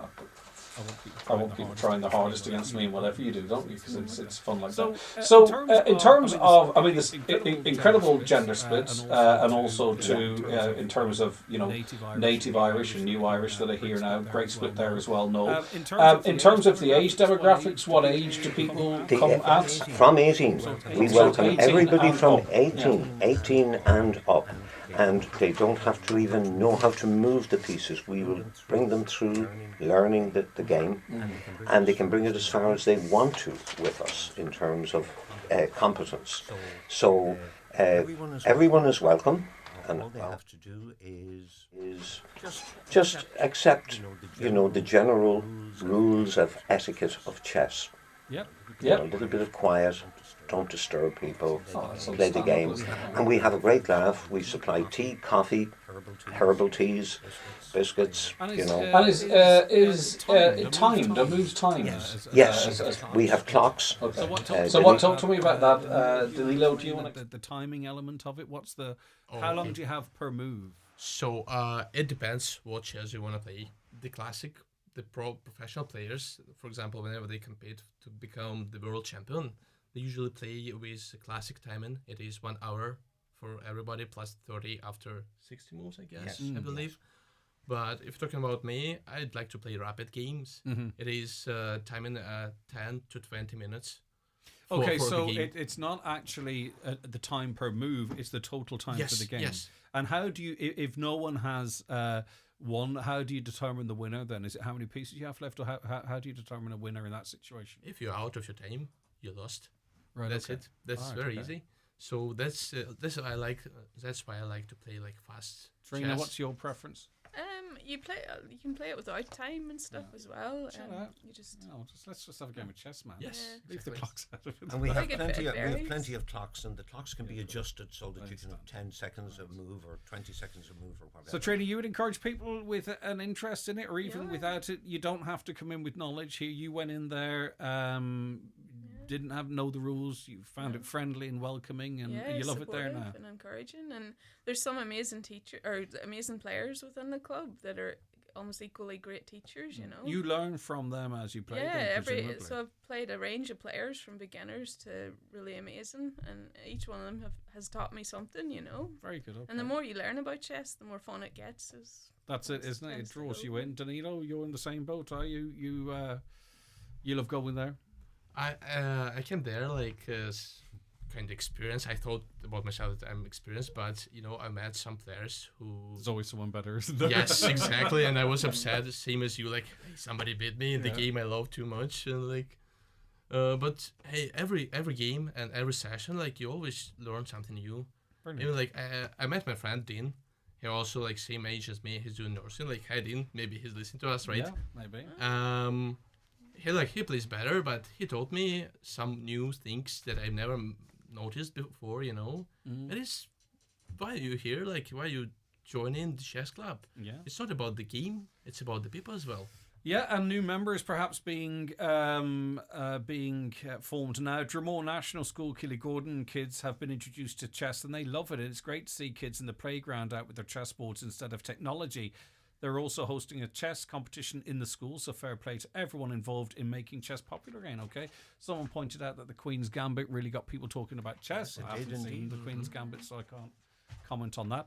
And do you accommodate younger people? 12 to 16 is a question that's coming. We hoped to, and we tried to establish a junior section, but there are legalities around it. And then there's vetting, and it becomes a far more complicated thing to establish. And we found that we could not raise enough volunteers to safely hold it. We had a venue in the basement of the library and so on, which was self-contained, different venue altogether from the adult, but we just didn't have the numbers. We will try again if we can establish that there is enough interest among parents in particular to volunteer to be supervisors and get the proper vetting and training. And how do people get involved if they want to go along? Okay. The simplest way is to get us on email or just turn up on a Wednesday evening. Our email address is letterkennychess, all one word, all small letters, @gmail.com. Super stuff. Okay. Noel, thank you very much indeed. It's been lovely chatting to you, genuinely. Noel Leslie, Chair of Letterkenny Chess Club. We also had Trina and Danilo. Anything that either of you two want to add? Trina, I know you seem to have some quite considerable notes in front of you. Is there something that you wanted to say in particular?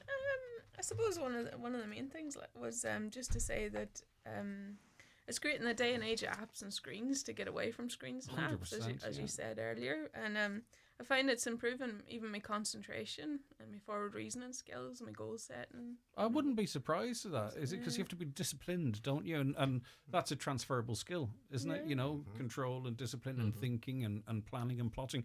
Brilliant. Thanks for that, Trina. I'm glad I asked you now because that was an important element that I didn't ask about.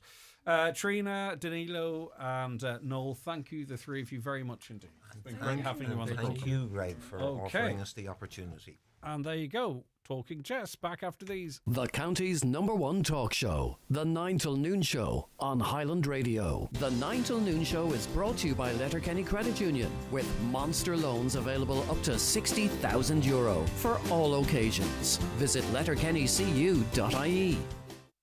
Are you looking for a university that's more than just a place to study? At ATU, you'll enjoy a vibrant student life, exciting career opportunities, and a supportive community every step of the way. Join ATU's Open Day on the Letterkenny campus on Saturday, the 1st of March from 10 a.m. to 1 p.m. Get expert tips for Leaving Certificate students from Donegal Mahoney, along with special talks for parents and sessions on health and wellbeing. Come along and see how you can be part of it all. Visit atu.ie/opendays. ATU, your future is here. Do you need a little extra help staying in your home? At Bluebird Care, we offer a wide variety of QMark-approved personalised home care services across Donegal. And our fully trained and committed staff will always meet your care needs with kindness, compassion and dignity. To get your personal home care assessment plan, visit bluebirdcare.ie or call our care team today on 07491 29562 and bring care home. Department plans drastic cuts to farming in peatland. In this week's Irish Farmers Journal, we reveal government scramble to re-wet 25,000 acres this year. Fertiliser cuts and livestock limits on the table. Farmers could be paid lump sums to re-wet land. How to draw down €75 per cow and €13 per ewe in new schemes. Get the latest mart prices for calves and booming beef trade. And we talk to a couple denied planning permission on their own farm. All inside this week's Irish Farmers Journal. Financial abuse is when people are dishonest in how they manage another person's money, property or benefits, particularly a person who may be at risk. Surprisingly, a lot of financial abuse is carried out by people known to us. A family member, carer, neighbour, social welfare agent or worker. Prevent financial abuse by keeping in control of your money.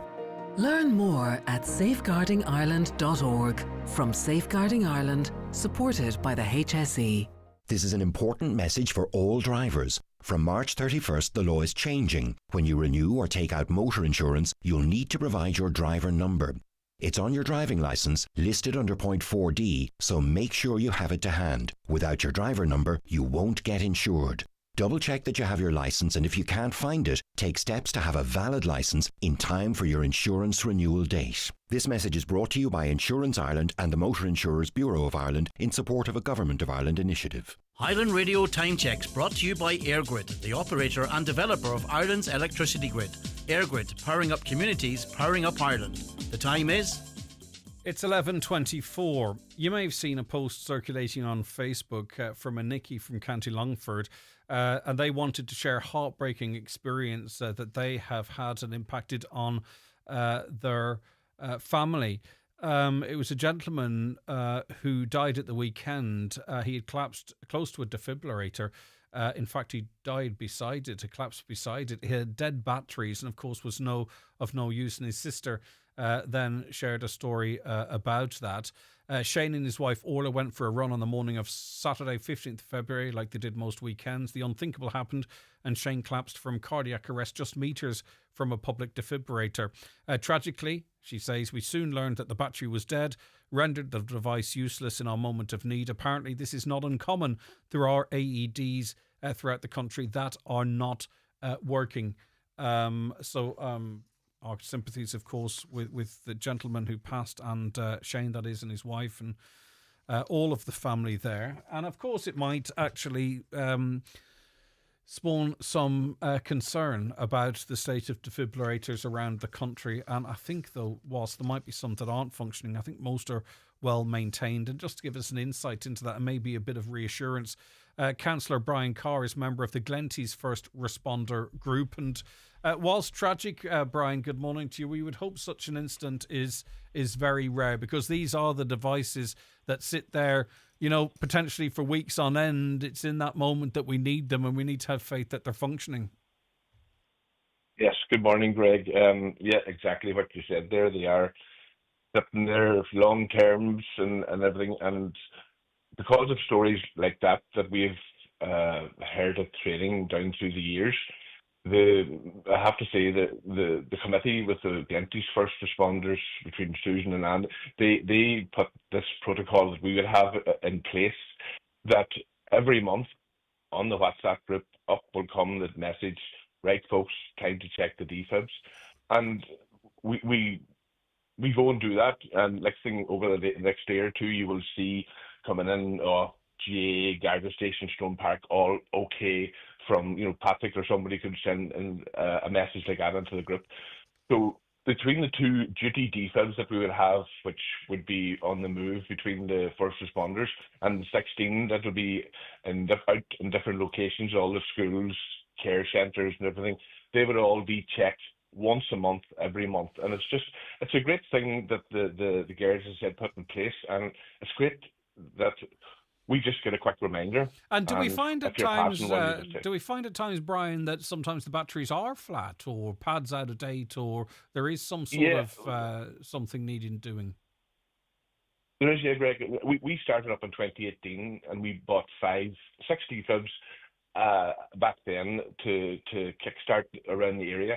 But within a couple of years, one of the batteries, we noticed on one of these checks, when we were out doing the check, that one of the batteries had given up, wasted, whatever, and we replaced that battery. So then, this made it more that we wanted to keep doing this check and keep doing it.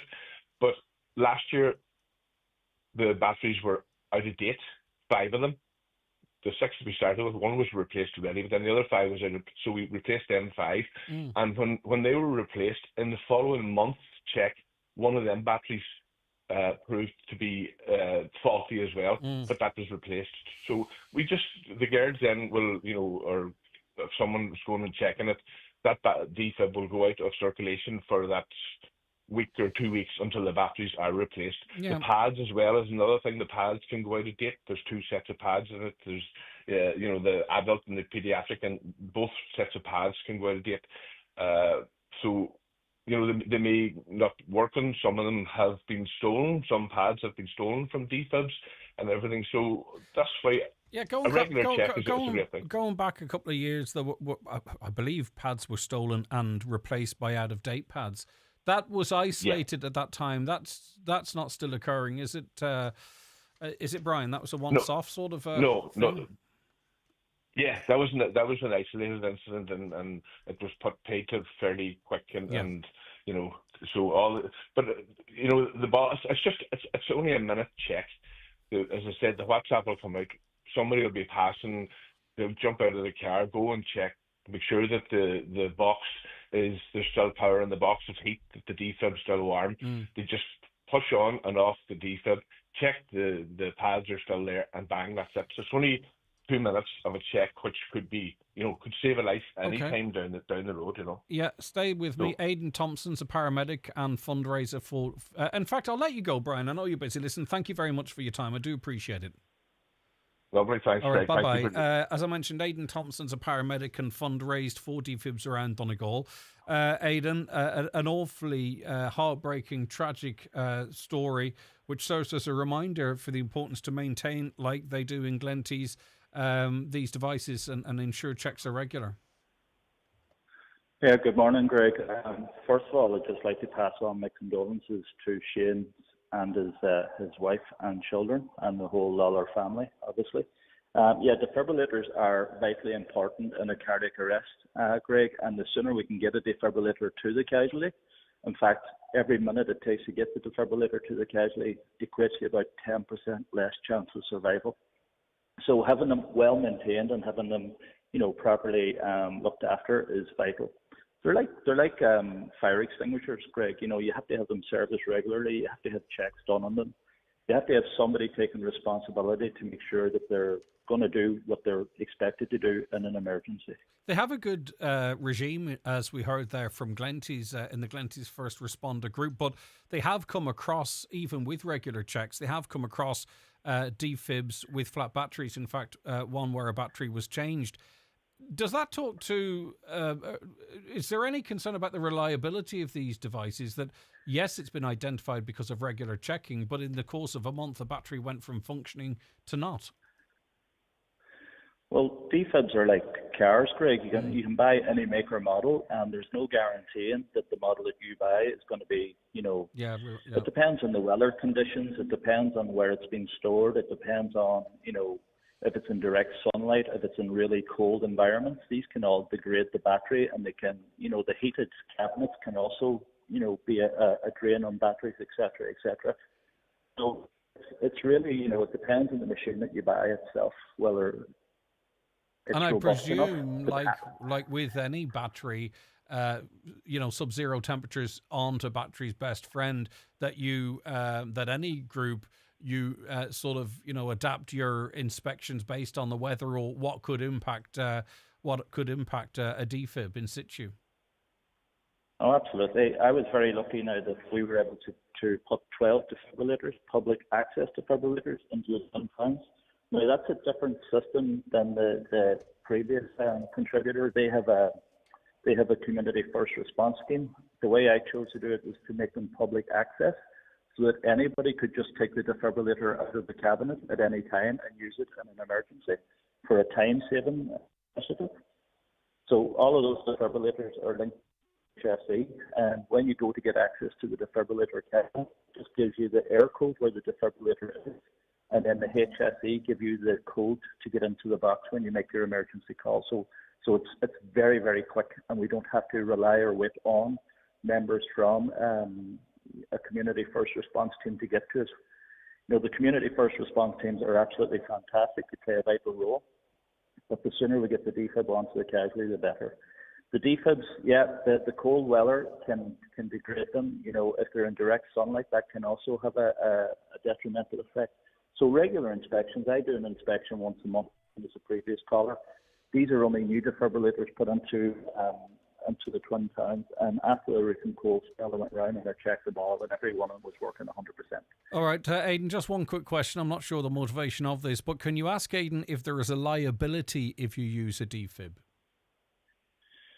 Okay, so that's a really good question. What I would say is I teach 15-year-old children in transition year how to use defibrillators. They're very, very simple machines. All you do is you take it out, you switch it on, and you do what the machine tells you to do. If you're not comfortable doing that, you could always ask, is there any member of the public trained to do this? And if the defibrillator works the way it's supposed to work, then obviously you're not going to be accused of doing anything untoward or using a machine that you weren't qualified to do. I would always encourage people that if you're in a situation where there is a cardiac arrest and somebody's life is in your hands, I would take it out, I would switch it on, I would try to stay as calm as I possibly can. And when you make your emergency phone call, you're always putting your phone on loudspeaker so the operator can tell you exactly what to do while the emergency services are en route. So I would strongly encourage people and say that it's better to try it and hope that it works than to stand back and be afraid that you could be. We think about the Good Samaritan law, etc., etc. Nobody's going to fault you for trying to save a life. And you know what, Aidan, it's the same as administering CPR. It does require you putting pressure on somebody's chest. You could equally say, if I put too much pressure on, I'm liable. Or if you come across someone who's having a fit and you're asked to intervene and position them on their side and time in any time that you step in to help somebody else, I think the primary focus should be not how this might impact you, but what you can actually do to potentially save somebody else's life. Absolutely. What we're trying to do is we're trying to encourage people to, do bystander CPR, do anything you can in that moment to try and help a fellow citizen or a member of the public or indeed your family members. Today in Ireland, there's going to be somewhere between 12 to 15 people that will go into cardiac arrest today, every single day. And 90% of people who do CPR are doing it on their own family member. So I would strongly encourage anyone, don't be afraid to take your phone out, dial 112 or 999, put your phone on loudspeaker and ask for directions from the emergency services if you're not sure. Yeah, indeed. And a couple of years ago, if you would have said that, I would have gone, that wasn't me. Is his stats correct? But I've been that soldier doing CPR on a family member, and you're quite right. A lot of people will end up having to do that. So good to have the basics. All right, Aidan, thanks so much for your time and reassurance as well too about our DFib infrastructure, and the same to Brian. Have a lovely day, Aidan. Thank you so much. Bye-bye. Take Appreciate care. it. The 9 till noon show is brought to you by Letterkenny Credit Union. Digital loans now available. Apply online or via our app today and get your loan transferred directly to your current account. Log alles stacher ma chórsaí na missionary income chan ein cred vas na conach a bhfuil tú i daide le éileh. Agus inis dúin faoi ein income breise a hill tú las muit an choras imat. Ma tá así ciach dríta dit, joi tú leis dit de chúpla lá. Ma tá airige dlíta dúin, I bro míid leat rawa ciachta. Mo chórsaí, tá sé tapa, tá sé éasca, agus tá sé séir an asca. Get the job done with Parkside from Lidl, in store from March 1st. Under pressure to clean the drive, our Parkside Performance Pressure Washer is €50 off, now $199.99. And grab hold of our Parkside Petrol Chainsaw, now €20 off, just $59.99. Over 18s only. Parkside from Lidl, you got this. If you're into makeup, then you'll want to know that Lancôme's elite makeup artist Lorraine Lynch will hold a makeup and skincare masterclass at McGee's Chemist on Thursday the 13th of March at 7 p.m. With refreshments, giveaways and prizes on the night, it promises to be a really enjoyable experience. Tickets at just €25 are redeemable against any Lancôme purchase on the night. Places are limited, so booking is essential. Call McGee's Chemist on 91211409 or call in store to guarantee your VIP place. Looking for the perfect night's sleep? You won't want to miss Mattress Madness at Easy Living Furniture. We're offering an incredible guaranteed 20% off and up to 30% off on every single mattress, meaning no terms, no conditions and no exclusions. The savings don't stop there. Purchase any mattress and get 15% off your bed frame. And to make your life even easier, we'll remove and dispose of your old mattress completely free. Visit Easy Living Furniture, Crescent Link Retail Park, Derry, Londonderry. Join Boys Travel for an unforgettable journey to the Royal Highland Show or experience the magic of Blackpool illuminations. Sit back, relax and let Boys Travel take care of everything. To book, see boystravel.com or call 9151043. Fabric World Maydown Derry biggest ever winter sale now on trend and in stock curtain and upholstery fabrics all on sale. Over 3,000 metres now half price or less. Free curtain design ready-made curtains up to half price and lining from £1 with fabulous rates on the Euro in store at Fabric World Maydown Derry. Caller says you're also covered by the Samaritans Act 2 when giving CPR, which we did have reference there. Appreciate it.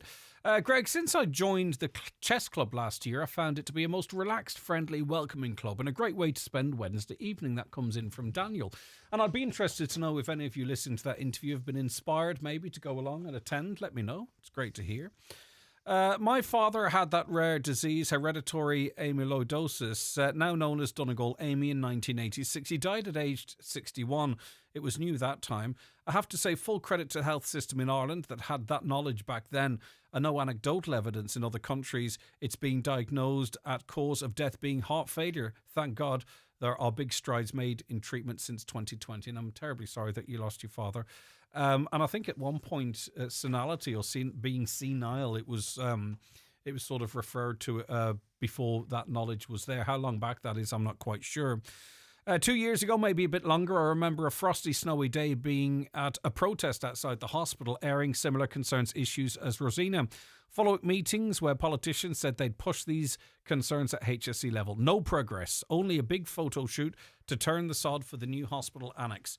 No more practical efforts for the suffering people. I know the new building is welcome, but finding staff, that's another complication. But there's also a use of the space within the building. We had Sinn Féin Party Whip Deputy Pádraig McLaughlin on the programme a little earlier, talking about the speaking rights impasse in the Dáil, but I also put it to him about Sinn Féin's position on going to the United States for St. Patrick's Day. You may be aware, I'm sure you are, that both Mary Lou McDonald and Michelle O'Neill have opted not to go, and it seems to be in protest at Donald Trump's position on Gaza. Listener Michael listened to that interview and joins me now. Hi, Michael. How are you doing, Greg? I am doing good. You heard the interview. What's your reaction to it? Well, I'm a bit mystified by the answer that he gave you, Greg. You were perfectly correct and ask him the question, like as reference to Joe Biden. They went and visited Joe Biden in the White House, but they weren't going to Donald Trump, and he gave you an answer. He gave you an answer to the question. It was an insult to the listeners' ears. It was a long-winded, nonsense and political answer, and that's exactly what it was. He didn't even answer the question. You know, he couldn't answer the question, and he wasn't capable of answering the question because, you know, it's so hypocritical. It's just unbelievable that it's so hypocritical that they went to the White House to visit Joe Biden while they were sending bombs and the Gaza, and now that Donald Trump's trying to bring peace to Gaza and to Ukraine as well, they won't go. I just, for the life and soul of me, as I'm just being an open-minded, thinking human being, why did they come up with an answer that he gave you? It's an insult to the people at Donegal that he even give that answer. An elected TD that come up with that answer, he couldn't even answer the question that you put to him because there's no answer to it. And he didn't give an answer. As I said, he gave a long-winded political explanation, and that was it. I felt insulted by the answer. Okay, well, just talking about Joe Biden's history, there have been calls at very high levels for the International Criminal Court to actually investigate him now, post-presidency, and two of his cabinet members for actual complicity in war crimes and crimes against humanity in Gaza. That's what was in situ the last time they visited. Yeah, I understand. That's there's people out there that's. I know Biden. Yeah, moving on to, I mean, obviously what Biden did, any individually thinking person would be aware of America's role in what happened and what has happened over there and is continuing to happen, in fact. They couldn't have pursued what they did without the backing of America. That is just a fact. But Donald Trump's comments effectively, you know, of clearing out people from Gaza into neighboring countries, you know, no guarantee or rights on return. And you saw the video. I wonder, Michael, if you saw the video he posted on Truth Social of it's an AI generated video of him and Netanyahu sitting by a pool in this new Gaza in their swimming trunks, sipping cocktails. I mean, whilst he might stop the bloodshed down the line and bring a peace, it's a peace that suits him, suits Israel, and doesn't suit the Gazans or people from Gaza. Yeah, well, you see, that remains to be seen, you see. But, you know, Sinn Féin and the political parties in Ireland and the political parties all over the world, in Europe, or whatever, give Biden 4 years to try and sort out this mess. You know, Donald Trump is in office now probably just a little over a month, and he's not been given that opportunity even after a month. You know, give it 6 months down the line, give it a year down the line to see where we're at. You know, it's just the criticism is just ongoing all the time from he's come into office, and you know, he is going to, like, well, Sinn Féin or any of the European leaders or any of the Irish parties believe it will bring peace to the Middle East, and it will bring peace to Ukraine. If I were someone who had to engage with Donald Trump, I don't really have any particular views on him as such, certainly not for radio, but, you know, he's certainly a type of a character that you judge on his actions and not his words, because obviously he talks nonsense at times, and I'd say people who support Donald Trump would recognise that at times he just, you know, says whatever in his head at that time. So with that in mind, maybe, you know, you use opportunities to try and influence what he actually does, not what he says, but what actually he does down the line, not go out of protest, because that actually doesn't really achieve anything. Whereas perhaps maybe you could offer some influence by actually meeting his officials, even if you're not meeting him directly. Do you know what I mean? He is a classic case of judge him on what he does and not necessarily what he says. Well, yeah, you have to judge him on his 4 years in the presidency. Well, he was president of America. For the 4 years that he was president of America, there was no wars. America wasn't engaged in any wars. And that's fact. And we've loads of politicians that talk nonsense. We had it on there the day earlier on, and we've had it in various different politics for the last number of weeks, talking nonsense, which they've been doing. They all do it. It's not just Donald Trump. We just don't signal out Donald Trump because he comes away with some outlandish statements, which he does. We recognise that. But the fact of the matter is, if he can bring peace to the Middle East and he can bring peace to Ukraine, he has succeeded in a very short time what they've failed to do in the last 4 years. So we have to give him the benefit of the doubt. And he's not getting the benefit of the doubt by a lot of the mainstream politicians in Ireland, especially, and even the UK. They've condemned him wholeheartedly the whole way through. Mm-hmm. And we go back. His track record is for 4 years in America, no wars in Europe, no wars in the Middle East. So we have to judge him on what he done in the last 4 years. I do understand that, and Michael, no more so than I would try and play devil's advocate and pull people up on what they say. It is a bit of a myth that Donald Trump wasn't involved in any wars in his last presidency. Yes, he didn't start any, okay, but he did increase aerial attacks in certain areas. He did, he claims to have brought the troops home. He didn't. So I'm not being argumentative with you, but his rhetoric and some of his actions during his presidency in the likes of Yemen, talking about bringing maximum pressure to Yemen.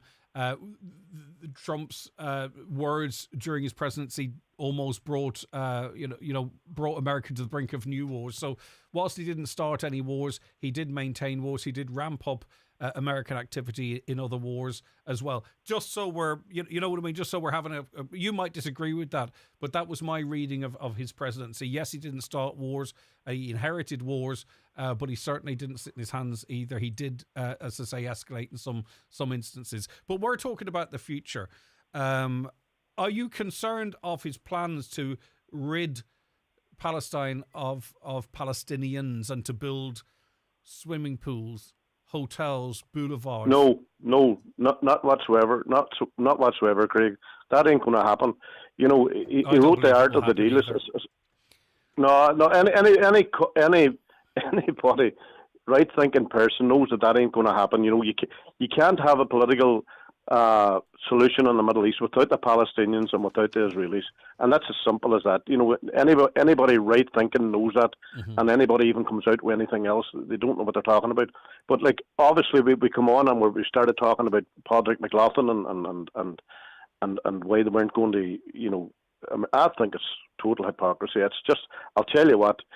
I don't think the people in Donegal voted for that, or the people in Ireland that voted for Sinn Féin. They have completely blanked Donald Trump. They don't want Donald Trump.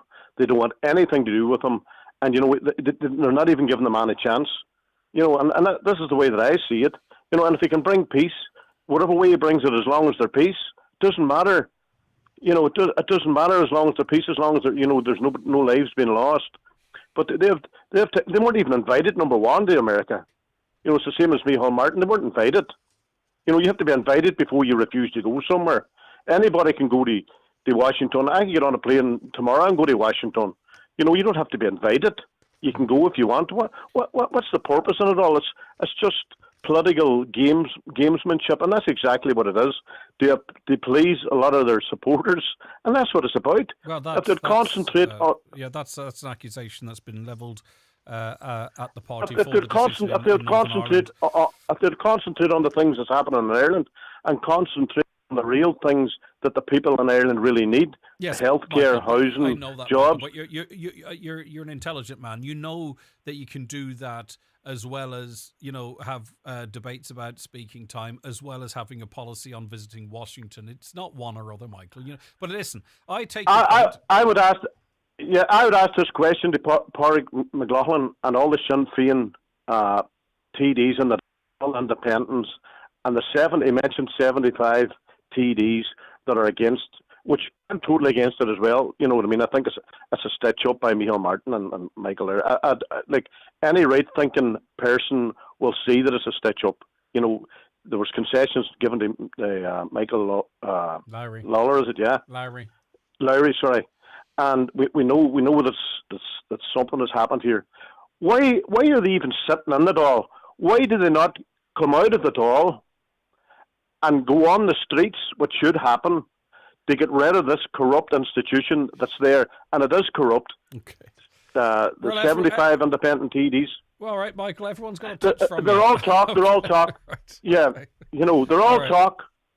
And they're going to waffle and talk, no nonsense, for another 4 years. And this is what they'll do.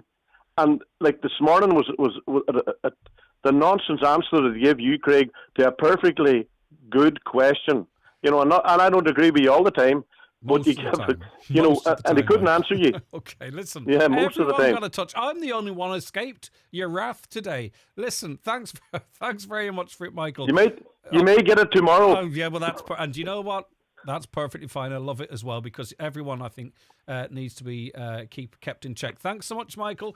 All right, he had a word for everyone there, didn't he? All right, back with more after these, and lots of you texting actually during that conversation. Different points of view. Back with them and the weather. The 9 till noon show with Letterkenny Credit Union, now offering mortgages from 40,000 to 600,000 euro with no hidden fees or transaction charges. Letterkenny Credit Union, 9102127. Fly Donegal to Glasgow with Logan Air. Convenient return flights every Friday and Sunday, including a 15 kg checked bag. Book your Glasgow getaway now at loganair.co.uk. Terms and conditions apply. The Nutria's Milk Replacer range, which includes NutriStart and NutriStart Plus, offers the best start for your calves this spring season with 23% and 25% crude proteins, ideal for calf to beef and heifer rearing systems. Give your calves the best possible start. Available at your local Homeland store or online at homeland.ie. Visit nutrius.ie for full nutritional information. Celebrating 50 years, McDade's Bathroom Plumbing Tiles in Buncrana continues to be Donegal's go-to destination for stunning bathroom makeovers. With a vast selection of premium tiles and bathroom products, our showroom is your ultimate one-stop shop for crafting the perfect space.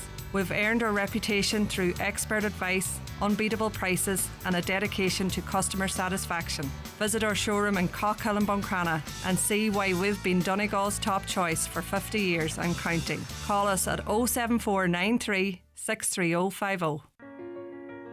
Are you looking for a powerful, high-performance laptop? Think green and save big with Ben Sweeney Euronics. Discover refurbished Lenovo ThinkPads that look and feel like new with Windows 11 pre-installed and a rock-solid 3-year warranty for total peace of mind. Why pay full price when you can save up to 70% and do your part for the planet by choosing sustainable tech? Find yours today at Ben Sweeney Euronics, Port Road, Letterkenny, and the shopping centre, Dunlow.